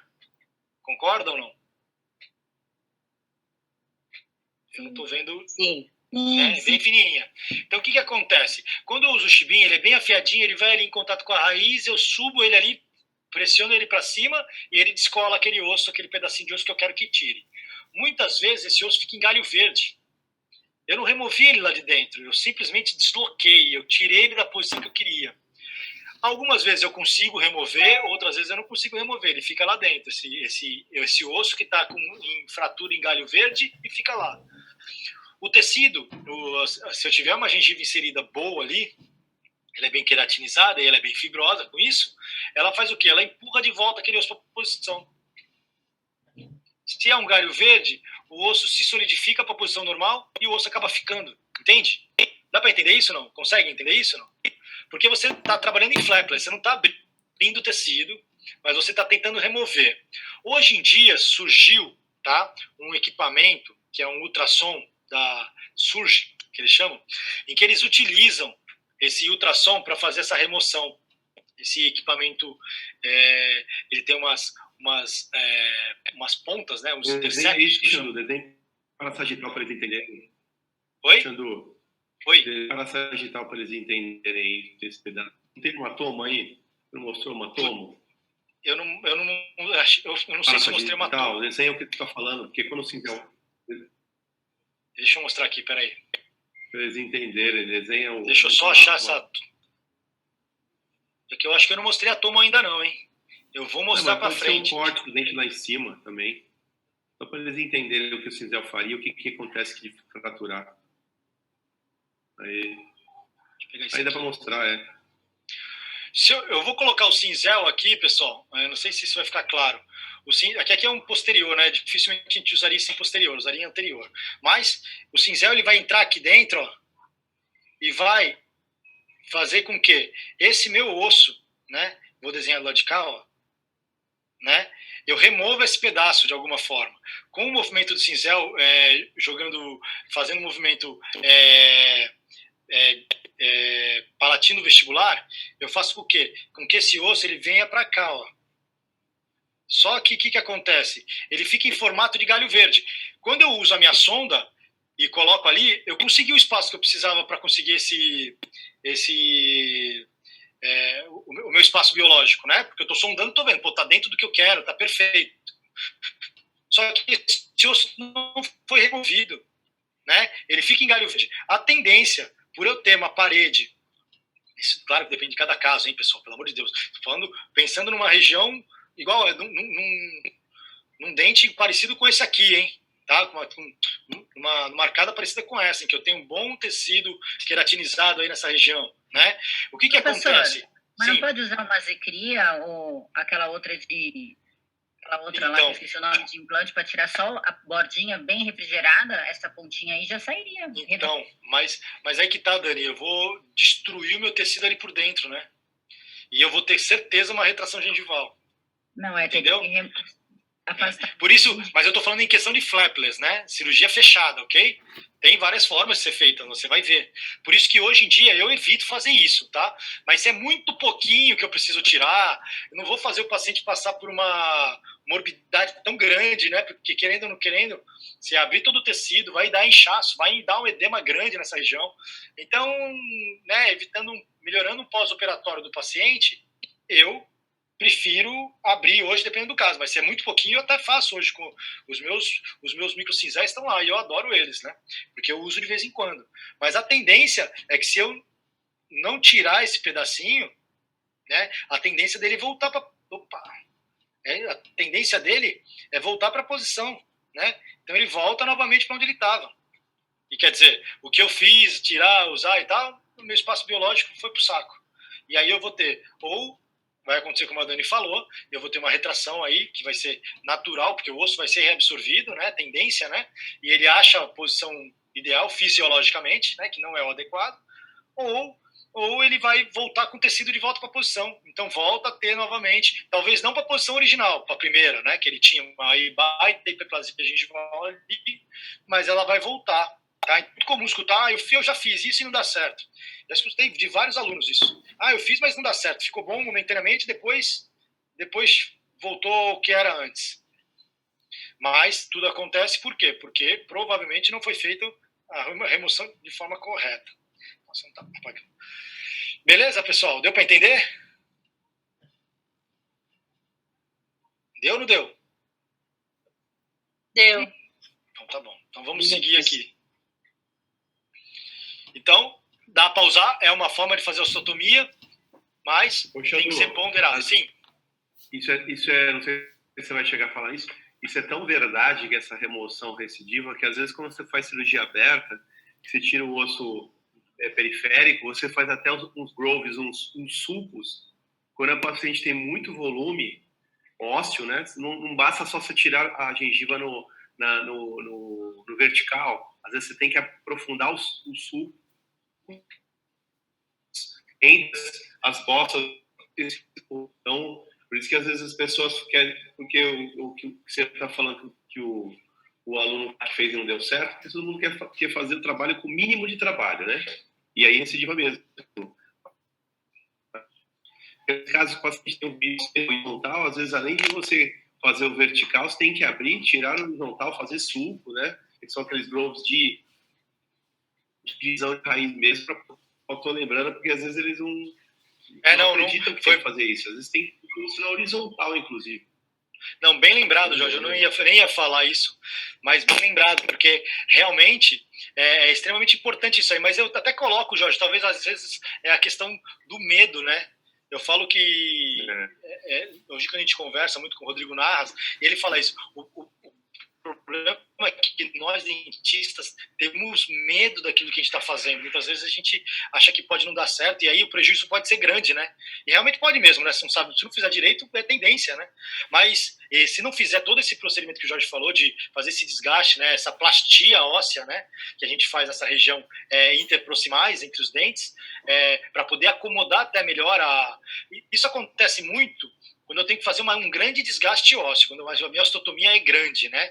E eu vou ter uma parede de 1 milímetro, mais ou menos, de espessura óssea entre raiz e região mais externa óssea ali, né? Então, se eu tenho 1 milímetro de espessura desse osso, eu preciso também, além de fazer todos esses grooves proximais, eu também tenho que fazer esse aplanamento nessa região onde o osso está ficando. Porque se eu deixar esse osso muito espesso naquela região, onde eu teria que ter um osso muito mais delgado, eu vou ter também prejuízo estético, né? Então não adianta, tem que tomar muito cuidado, mas dá para fazer e fica bem legal o resultado final. Foi bom, Jorge, eu não coloquei na aula, eu esqueci de colocar isso.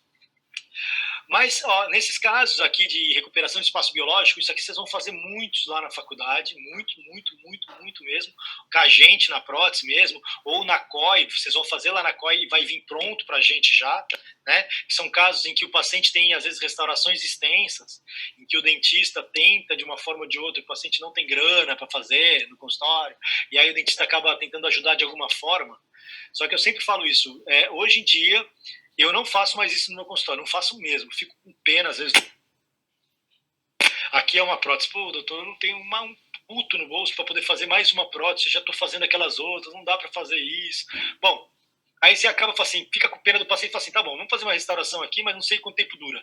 É batata, esse cara vai comer um amendoim japonês, ele vai comer uma pipoca e ele vai quebrar essa parede mais fina, que está fora dos padrões para uma restauração de consultório. Né? A gente sabe que não adianta, parede friável vai quebrar, não tem estrutura, não tem remanescente, não aguenta. Né? E esse é um caso lá da faculdade, em que o Dodói ia recuperar esse dente, a gente estava fazendo uma recuperação e ele na COI, na época, né? E ele falou, vamos fazer aí, tentar recuperar isso aí. E aí são fotos que não, essa daí, nenhuma delas são minhas, tá, pessoal? Mas dá pra gente ter uma ideia aqui de como são fotos de aluno mesmo, então não estão tão boas, esse caso e o próximo. Mas são aqueles casos que a gente tem que estudar, né? Muitas vezes chega um caso desse no consultório, do dente fraturado, e o cara fala assim, vamos extrair esse dente e botar um implante. Peraí, cara, calma, vamos ver como é que tá essa estrutura. E isso tem que ser muito bem visto. Né? Então, essas duas radiografias aqui do lado não tem nada a ver com esse dente, né? Mas é mais para mostrar para vocês, ó, são duas fraturas, uma que está até supragengival, né, bem supragengival, a de baixo, e a de cima tá subgengival, né? E não quer dizer que não dá para aproveitar o dente, eu preciso ter uma ideia, qual vai ser o tamanho da minha coroa e o quanto de raiz eu tenho lá para dentro. O meu tratamento endodôntico também está satisfatório, dá para aproveitar essa raiz? O que vai dizer não é olhar para a boca do paciente, ver que ele fraturou a parede ali e falar, não tem o que fazer. Calma, vamos ver radiografia, vamos ver muitas vezes. Isso, graças a Deus, Jorginho e o Henrique também pensam iguais, a gente é muito conservador.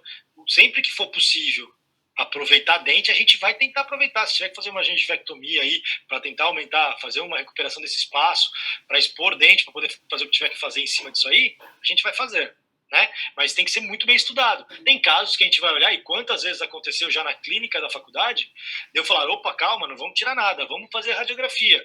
A radiografia vem, a gente conversa ali, eu e o Jorge Henrique, fala assim, não, cara, esse caso é melhor a gente remover esse dente. Não dá, não vai ficar legal, vai ficar muito no limite, entende? Então, às vezes, a gente até sacrifica, mas sempre que a gente puder, a gente vai fazer.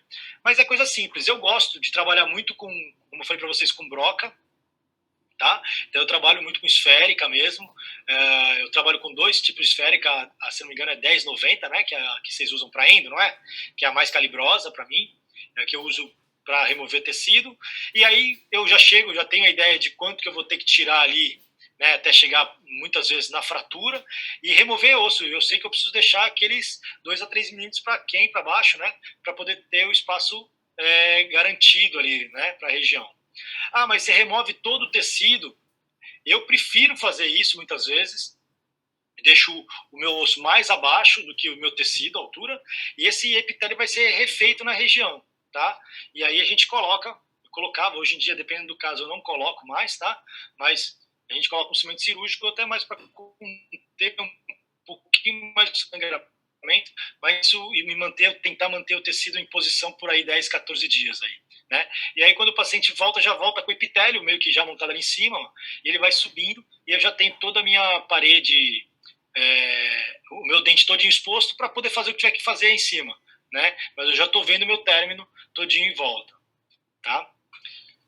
Esse aqui também é um outro caso também de recuperação lá da faculdade. As imagens, como eu falei para vocês, são muitas vezes de celular, de aluno, tá? Então, mas é o que eu tinha, eu falei, vou aproveitar para mostrar para vocês. E aí esse caso aí, ó, tudo, né, remendado, com o paciente provavelmente fraturou a palatina, deve ter ido em algum consultório de emergência, foi removida o dente e colocaram possivelmente uma resina flow ali numa parte dela e mantiveram um material que nós chamávamos de fosfato de zinco. Fosfato de zinco? Fosfato de zinco é o cimento, de óxido de zinco eugenol, né? Que era um produto que a gente utilizava muito antigamente, que é bem resistente, e estava assim nessas condições, né? E aí a gente vai remover, faz a mesma coisa, como eu falei para vocês, a gente utiliza muito broca, que é muito mais rápido, e o que eu preciso remover às vezes não é muito, né? E a gente remove o osso com uma esférica mais fininha. Então, voltando a dizer, fica à distância, tentando buscar o espaço biológico mais abaixo, com uma broca mais esférica fininha. Professora, a Ana Carolina perguntou... Pode falar. A Ana Carolina perguntou por que não é mais usado o cimento cirúrgico. Então, porque assim, na verdade, dependendo da condição, assim, eu não gosto, eu prefiro já deixar ele exposto. Eu acho que ele acaba recuperando muito mais rápido o tecido ali. Então, hoje em dia, usando cimento cirúrgico para quase nada, viu? A verdade é essa. Um caso ou outro a gente ainda usa, mas é mais por uma questão de, assim, do medo, paura, sabe? Tá? Então, hoje em dia, a gente sabe que não existe mais um grande problema de deixar essa região exposta. Tá? Então, hoje em dia, a gente pode deixar ela exposta e não tem muito problema, não. Né? Então, hoje em dia, a gente sabe que o cimento cirúrgico ele cria mais uma proliferação de bactéria na região, acaba atrasando todo um processo de reparação tecidual mesmo. Então, não é hoje o mais adequado, não. Tá? Hoje em dia, a gente evita bastante cimento cirúrgico, salvo algumas exceções. Tá? Então, ó, e o resultado final acaba sendo esse. Né? Então, nós temos a exposição, a raiz está exposta, está prontinha para usar aí um grampo que precisa ser usado para isolamento, né? Para poder fazer todo o procedimento que venha a ser realizado em cima desse dente. Tá? Então, isso vocês vão fazer muito casos lá, tá? Bastante casos mesmo, mas, que nem eu falei, cimento cirúrgico eu não critico, isso são linhas, tá? De pensamento, a minha linha da periodontia hoje a gente não usa quase, tá? Volto a falar, não quer dizer que eu não use, não são todos os casos, tá? Mas se eu acho que aquele caso não precisa, eu não uso, tá? Mas tem uma linha que usa para tudo, tá? E respeito também, né? São linhas de pensamentos diferentes. E aqui eu ia colocar um vídeo, acabei não colocando um vídeo de Reb, porque na verdade eu não achei meu e não achei também na internet, tá? Mas basicamente é isso que a gente fez. Eu encontrei na verdade um desenho ilustrativo, depois se vocês quiserem até mostro, mas tá bem bobão assim, então não achei que ia ficar legal colocar aqui, tá? Bom, outro procedimento que a gente acaba fazendo, né, são algumas cirurgias bucogengivais, em que a ideia aqui então é melhorar a condição anatômica, né, buscar desenhos melhores, né, de dentes. Então, em alguns casos a gente vai fazer para aumento tecidual, aumento de gengiva mesmo, né? E em alguns casos que também não deixa de estar linkado, porque quando a gente está falando de estética de dente, né?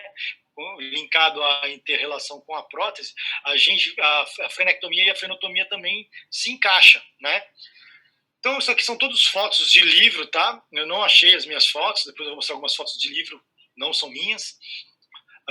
Mas é importante a gente entender que é buscar mesmo a estética, tá? Quando a gente fala em frenotomia ou frenectomia, é para buscar região estética. Muitas vezes até solicitada, eu sou muito solicitado às vezes para o ortodontista, que às vezes ele tem dificuldade de fazer a união. Hoje em dia mudou muito esse perfil, tá? De remoção de freio até para orto, tá?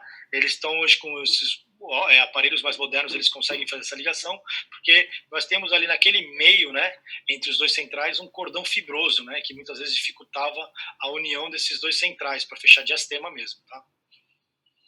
Então, hoje em dia, eu vou ser sincero, não é uma cirurgia difícil de ser feita, é uma cirurgia extremamente simples de fazer, porém eu não aconselho um recém-formado fazer isso, tá? Por quê? Porque acho que já devem ter visto, acho que o Sani fez alguns casos de frenectomia lá na clínica, eu lembro, de pelo menos um caso, eu lembro. Ela é uma cirurgia super simples, tá? A minha escola, que é a escola do Sani, né? Eles fazem frenotomia e não fazem frenectomia, tá? Eles, pelo menos em alguns casos, eles evitam a frenectomia, pelo menos a escola do Trevisani, né? A gente foi trabalhado a mente para não remover, e concordo com isso, porque esse freio tem função, né? Se ele está ali, ele tem a função dele, né? Se eu remover totalmente o freio, eu posso ter problemas futuros, né? Na questão labial. Então, hoje em dia, eu sigo a minha linha de fazer frenotomia, reposicionar o meu freio mais apicalmente, tá? Mas a frenectomia, ela é uma linha, na escola existe isso, tá? Então é feito. E é um procedimento simples de ser feito, onde eu tenho que anestesiar muito bem, óbvio, né? Usar uma pinça Kelly, tá? E em que eu faço o corte ali embaixo do freio, segurando o freio. O primeiro corte sempre é feito na região de onde está a gengiva inserida, onde está linkado ali ao tecido gengival, e depois eu faço o meu segundo corte, se for fazer frenectomia, o meu segundo corte mais ali em cima, na região de lábio, tá? Por que primeiro a gente faz em região então onde estão os dentes, né? Porque eu vou ter, primeiro, um dilaceramento tecidual muito menor, mais fácil de controlar o sangramento dessa região também, do que a região de lábio. A hora que você entrar com bisturi em lábio, esse tecido, ele vai abrir completamente, ó. Ele abre completamente, ele vai abrir mesmo. Então, imagina um tecido abrindo e expondo um tecido conjuntivo interno, toda uma região ali, porque ele está linkado ali no freio. Vocês imaginem isso, ele está linkadinho no freio. A hora que eu faço um pequeno corte, ele dilacera, ele abre. Começa a sangrar pra caramba. Se você nunca fez isso, vai entrar em desespero, tá? Porque é um sangramento alto, é difícil de controlar, então é importante ter essa noção de que primeiro faz o corte em região de gengiva inserida, depois tu vai ali em cima e faz esse corte, porque a hora que abrir vai sangrar bastante, e se preparar para controlar isso, tá? Remove-se esse tecido, esse freio, e aí vai suturar. Primeiro ponto a ser dado, né? Desculpa, antes da gente suturar, você ainda faz uma divulsão com uma tesoura ponta arredondada, né, para tentar soltar esse tecido da região, né, se for remover, né, o freio. E aí depois, então, você vem para dar o ponto. O primeiro ponto normalmente é feito lá na junção, lá em cima mesmo, na região de fundo de sulco, tá? Esse é o primeiro ponto que você dá para já tentar unir todos os tecidos, e com isso você já diminui bastante o sangramento. E aí eu prefiro primeiro iniciar para a sutura de lábio, tá? Vou suturando o lábio e depois eu vou suturar ali embaixo, que vou ter menos sangramento, menos ruptura de tecido e tudo mais, tá? Você não vai conseguir unir totalmente tecido, tá? Então muitas vezes a região ali próximo de dente vai ficar um pouco exposto mesmo, tá? Às vezes não tem como remover completamente. E aí vai surgir então essa cicatriz que fica depois de um tempinho, tá? Ali naquela regiãozinha ali acima entre os centrais, tá? O que a gente costuma fazer, deixa eu ver se está nesse slide, não, está nesse próximo, é fazer esse movimento, né, que seria a frenotomia, e você pinça de qualquer forma o freio, mas você contorna ele por completo, e aí você reposiciona essa pontinha desse freio mais apical. Eu normalmente coloco bem na região lá já, acima da junção, né, da gengiva inserida, que eu já estou jogando ele bem para cima, tá? E aí eu faço os outros pontos, com isso eu tenho muito menos sangramento, eu não corto muito na região de lábio, então eu mantenho o lábio, só faço esse contorno e jogo esse ponto mais para cima, tá?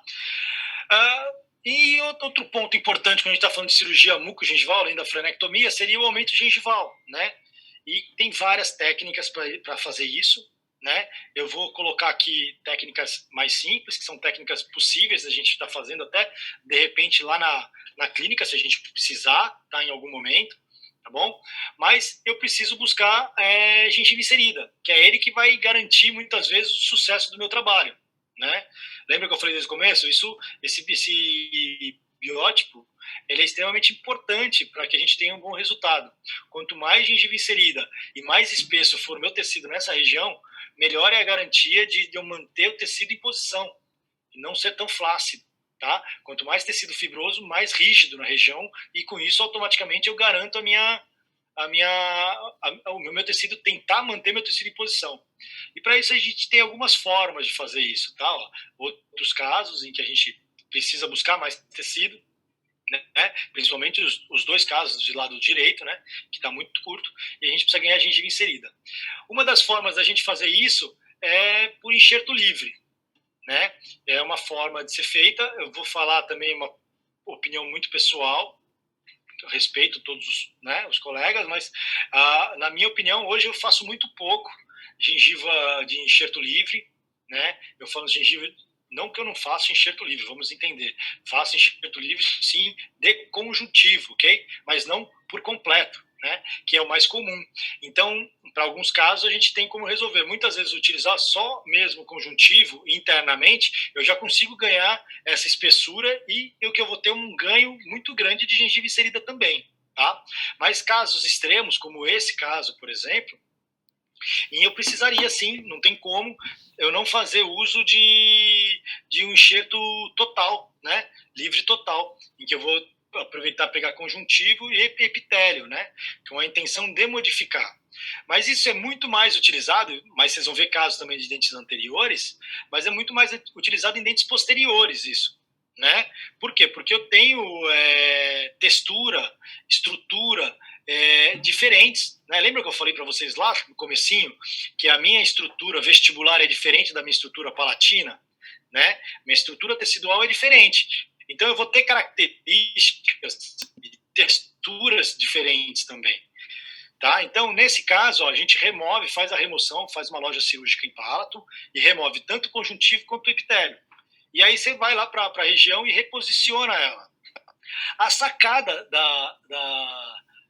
de eu conseguir um resultado final legal, tá? Em eu conseguir manter, isso é a sacada, tá? O pulo do gato, quando a gente está falando em enxertia, todos os tipos, tá? Principalmente de gengiva, óbvio, né?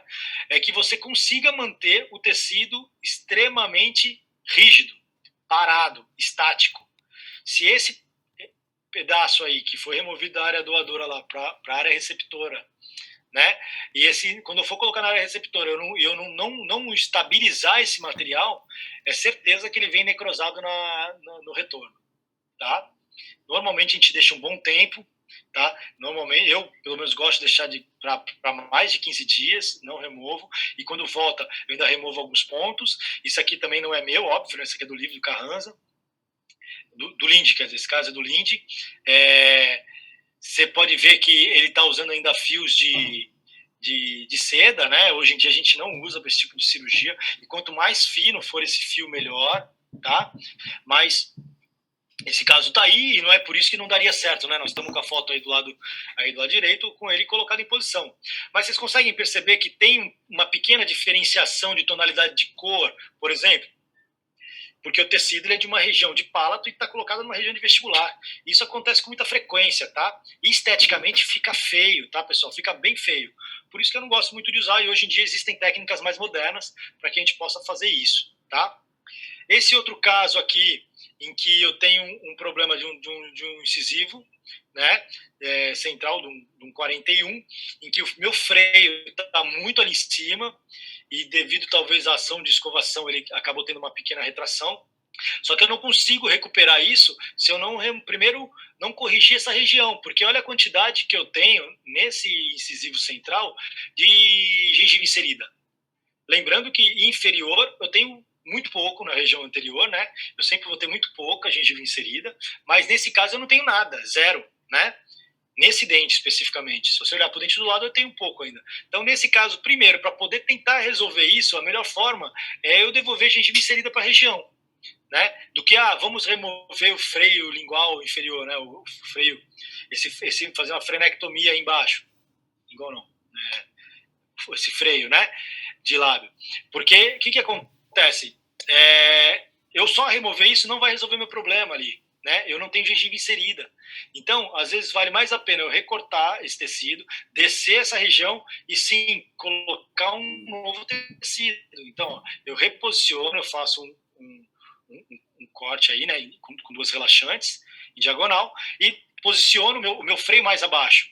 Mas eu venho com tecido livre, removo de palato, pego o meu tecido e reposiciono ele em posição, né? E aí eu suturo a região inferior ali. Nesse caso, ele nem suturou a parte inferior. Ele só suturou na região nas proximais, e aí ele manteve em toda a volta vários pontos. Na verdade, nem tem muitos pontos no enxerto, na verdade, se vocês perceberem, mas ele cruzou muitas vezes para manter a estabilidade do conjuntivo, do enxerto ali, livre. Né? Porque se ele conseguir manter esse enxerto em posição, ele sabe que o resultado final dele é muito bom, né? Então, ó, um resultado aí a mais ou menos 20 dias, e depois de 20 dias, um pouquinho mais, ó, ainda está em processo de reparação, ó. Mas consegue ver que existe diferenciação de tecido ali? Você consegue ver um tecido mais claro do que o tecido da região, né? Só que ali eu estou conseguindo agora tentar garantir uma gengiva inserida melhor ali, né? Com um pouco mais de tecido. Mas são casos específicos. Ó, olha como dá, depois de um tempo, como dá para ver essa diferença de tonalidade de cor. Porque esse tecido não é dali, entendeu? Então, muitas vezes, dependendo do caso, nesse caso não daria, mas fazer um deslocamento lateral, seria muito mais, se eu tivesse um pouquinho mais de gengiva inserida, né?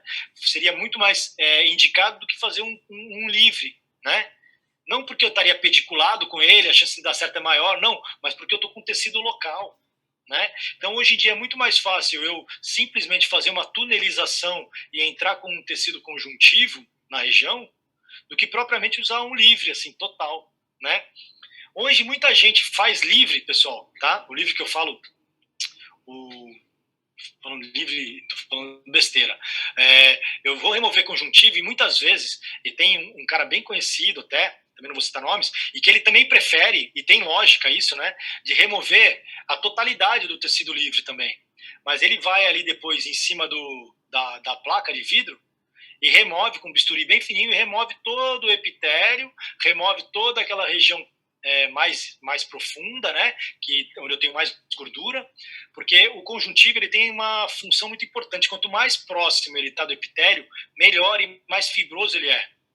Então ele me dá um resultado muito melhor. Quanto mais profundo esse meu conjuntivo, mais próximo de gordura, ele é menos fibroso e automaticamente ele reabsorve mais. Então, dependendo por que eu quero, eu tenho que também saber selecionar o meu conjuntivo, onde eu vou pegar esse conjuntivo, de que forma que eu vou pegar, se eu vou pegar mais para a região anterior, né, mais região de pré-molar, ou eu posso pegar mais região de molar, por exemplo, né? Eu posso pegar também região de tuber, também tem outras características, é mais fibrosa, ainda é melhor do que região de palato, dependendo do que for, né? Então é importante a gente entender essas coisas. Eu também consigo utilizar, basicamente falei que eu não ia falar, mas já que está aqui, outros materiais, né? Eu posso usar só o conjuntivo, que é o meu da direita de cima, né? Mas existem outros materiais para serem utilizados também, que são alguns biomateriais, mucograft, fibrograft, gengiderme. Bom, tem vários materiais no mercado. Claro, tem melhores e piores, óbvio, né? Mas que tem a mesma função, uma função boa da gente tentar recuperar esse tecido que foi perdido. Se não fizer um comparativo, eu até estava acompanhando uma live esses dias de uma moça que até é mulher de um amigo nosso, do Denis Zangrano, Mariana. Ela teve muito tempo em Santos, agora ela está em Piracicaba, Bauru, quer dizer, em Bauru, né? E ela estava comentando isso, que ela tem feito trabalhos recentes em que os resultados finais com biomateriais estão muito próximos dos materiais mesmo do enxerto autógeno, né? E que se a gente for começar a colocar na balança, por mais que não seja igual, seja um pouquinho inferior, dependendo do caso, seria mais negócio, levando em consideração a morbidade que isso vai causar para o paciente, né? E o de baixo, eu estou mostrando o PRF. Hoje eu não uso muito PRF para esse tipo de casos, porque a gente sabe que não tem resultados efetivos, mas para mim tem uma melhora da cicatrização. A gente até usa mais ele líquido do que ele assim hoje em fibra, tá? Dependendo do tipo de caso. Bom, e cirurgias estéticas, né? E aí a gente tem o aumento de coroa, que basicamente é o que a gente mais faz hoje, está mais envolvido hoje até com a prótese em si, né? Mas a melanoplastia também, quando eu estou buscando melhor estética, né, para alguns casos, ou defeitos de rebordos, né? Então, a gente vai mostrar alguns casinhos. A gente já falou, né? A base para poder fazer o aumento de coroa está na gengivectomia, né? Na osteotomia, né? Então, a gente vai buscar isso, né? Então, a gente tem a remoção, muitas vezes, para conseguir dentes maiores. Aqui, no caso, foi feita uma plastia. Só com a plastia, uma pequena remoção, já é possível recuperar, tá? Isso aqui também não são fotos minhas, são fotos de livro, tá? Mas nós vamos ter alguns casos meus aí à frente. Na verdade, eu acabei dobrando o slide. Uma forma da gente conseguir fazer esse aumento de coroa, eu fiz muito isso no passado, hoje eu não faço mais. Mas quando eu tenho uma profundidade de espaço biológico bom, tá? É utilizar os bisturis elétricos, né? Se você pensar, é o sonho de qualquer paciente, né? O paciente muitas vezes sai sem sangramento, né? Então a gente usa o bisturi elétrico para buscar formas, principalmente quando você precisa recuperar são pequenas reduções, né? Onde eu preciso buscar mais para arrumar um zente, muitas vezes, né? Mas hoje em dia eu tenho umas ressalvas quanto a isso. Hoje eu uso muito pouco, eu tenho ele parado lá no consultório, eu uso bem pouquinho mesmo, para casos muito específicos, porque a chance de eu ter uma retração gengival é grande, tá? Na reparação desse meu tecido aí, tá? Então eu tive casos de que eu mexi de um lado para resolver o zenite e tive que depois mexer do outro lado para poder corrigir o que eu tinha feito, tá? Então às vezes não vale a pena, tá? Então, ó, a gente tem uma melhora, né? Esse caso é um caso grande, e esse caso é aquele caso que eu falei para vocês que hoje em dia eu uso pouco o Oshibin, porque eu usei o Oshibin aqui, então o caso da paciente era esse, até uma aluna de odontologia do passado, bastante tempo atrás, porque queria fazer isso, e a gente fez, né? Fizemos um desenho, determinamos onde estaria, né? Você vê que a região fica toda queimada, com pouco sangramento, quase nada. Com o Oshibin eu fui removendo o osso, e tempo depois ela voltou para fazer tudo de novo. E aí, da segunda vez, aí eu fiz de outra forma. Aí, sim, já fiz da forma correta, né? Que é tentar seguir sempre que possível, hoje em dia, outros mecanismos, removendo mesmo o osso, mantendo ele na posição certa. E porque, eu volto a falar, foram vários casos que eu tive de reincidiva, tá? De usar o Oshibin para remover em flapless e não conseguir ter o resultado que eu gostaria, tá? Uma forma que a gente usa hoje é conseguir usar da tecnologia, né? Então a gente utiliza o PerioGuide para isso. Isso aqui é um caso do Jorge, um caso até recente, um caso que ficou bem bacana, tá? Aqui eu coloquei só algumas fotos, não está o caso completo, né? Não era a intenção hoje, né? Então simplesmente foi para mostrar essa parte de recuperação de espaço, mas essa paciente foi todinha restabelecida. Depois, se o Jorge quiser falar alguma coisa, depois comenta.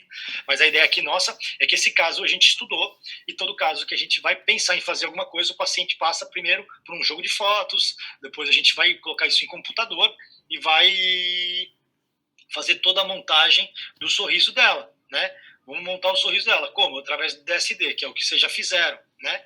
E aí a gente vai avaliar se ficou legal, se não ficou legal, mostra para o paciente, vê o que o paciente acha, se o paciente concorda, achou que ficou legal e tudo mais. Se ele concordou, beleza, a gente vai solicitar uma tomo, porque aí a gente vai avaliar o quanto que a gente vai mexer nisso também, né? Se vai mexer em osso, se vai mexer em osso, antes mesmo da gente ir para o finalmente, né? Feito tudo isso, é feito um enceramento, né? E esse enceramento,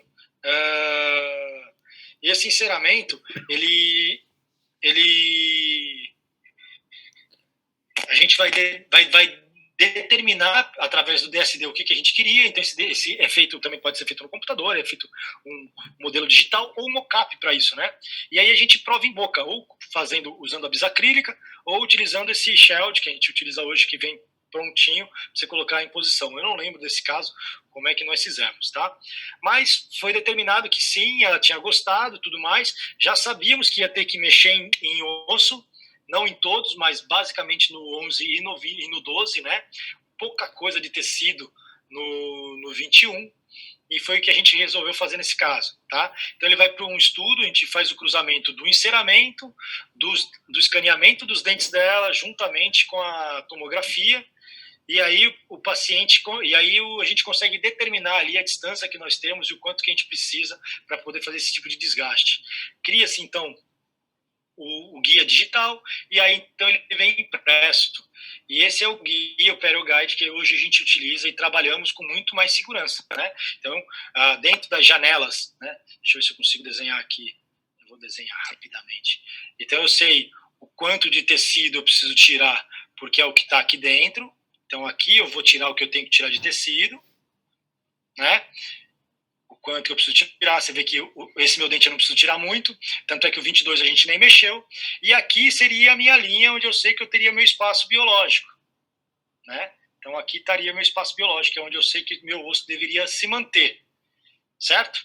Então, isso é o PerioGuide, esse me dá o guia para poder fazer o nosso trabalho aqui com segurança daquilo e sabendo o resultado, já tendo a ideia do qual seria o nosso resultado final. E é isso que a gente acabou fazendo nesse caso, né? Então, a vista lateral. E aí a gente sonda só para ter certeza, porque por mais que a gente peça, a gente fez o enceramento, faz tudo direitinho, manda o guia. Por mais que eu mande o guia, eu vou confirmar algumas informações, né? Também a gente não chega a ser louco, né? Vamos sondar direitinho, ver onde está, para poder fazer. Eu gosto de utilizar, nesses casos, a microlâmina, né? Então é uma lâmina diferente, é uma lâmina bem pequenininha, em que a gente faz o recorte só do tecido de onde a gente precisa, e aí a gente vai, depois de ter feito todo aquele delineamento, a gente tira o guia, né, o PeroGuide, eu removo, vou recortar, eu vou cortar em região de papila e vou subir todo esse tecido. Nesse caso, a gente utilizou uma caneta estéreo, né, para poder demarcar para mim onde eu queria tirar osso.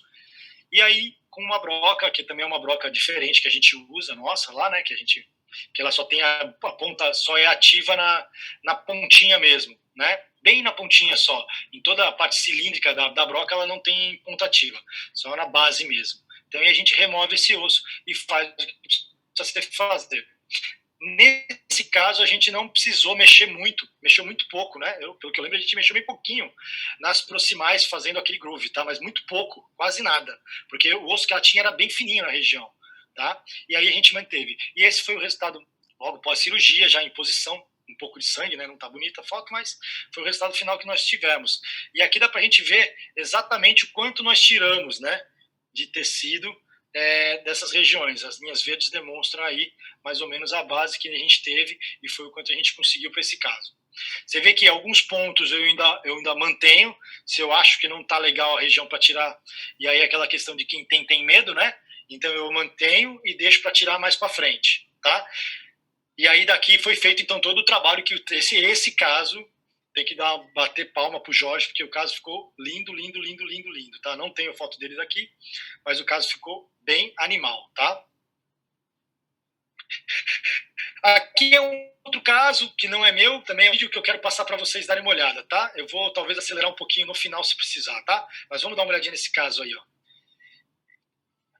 Esse caso a gengiva é bem inserida, a gente consegue ver bem fibrosa, né?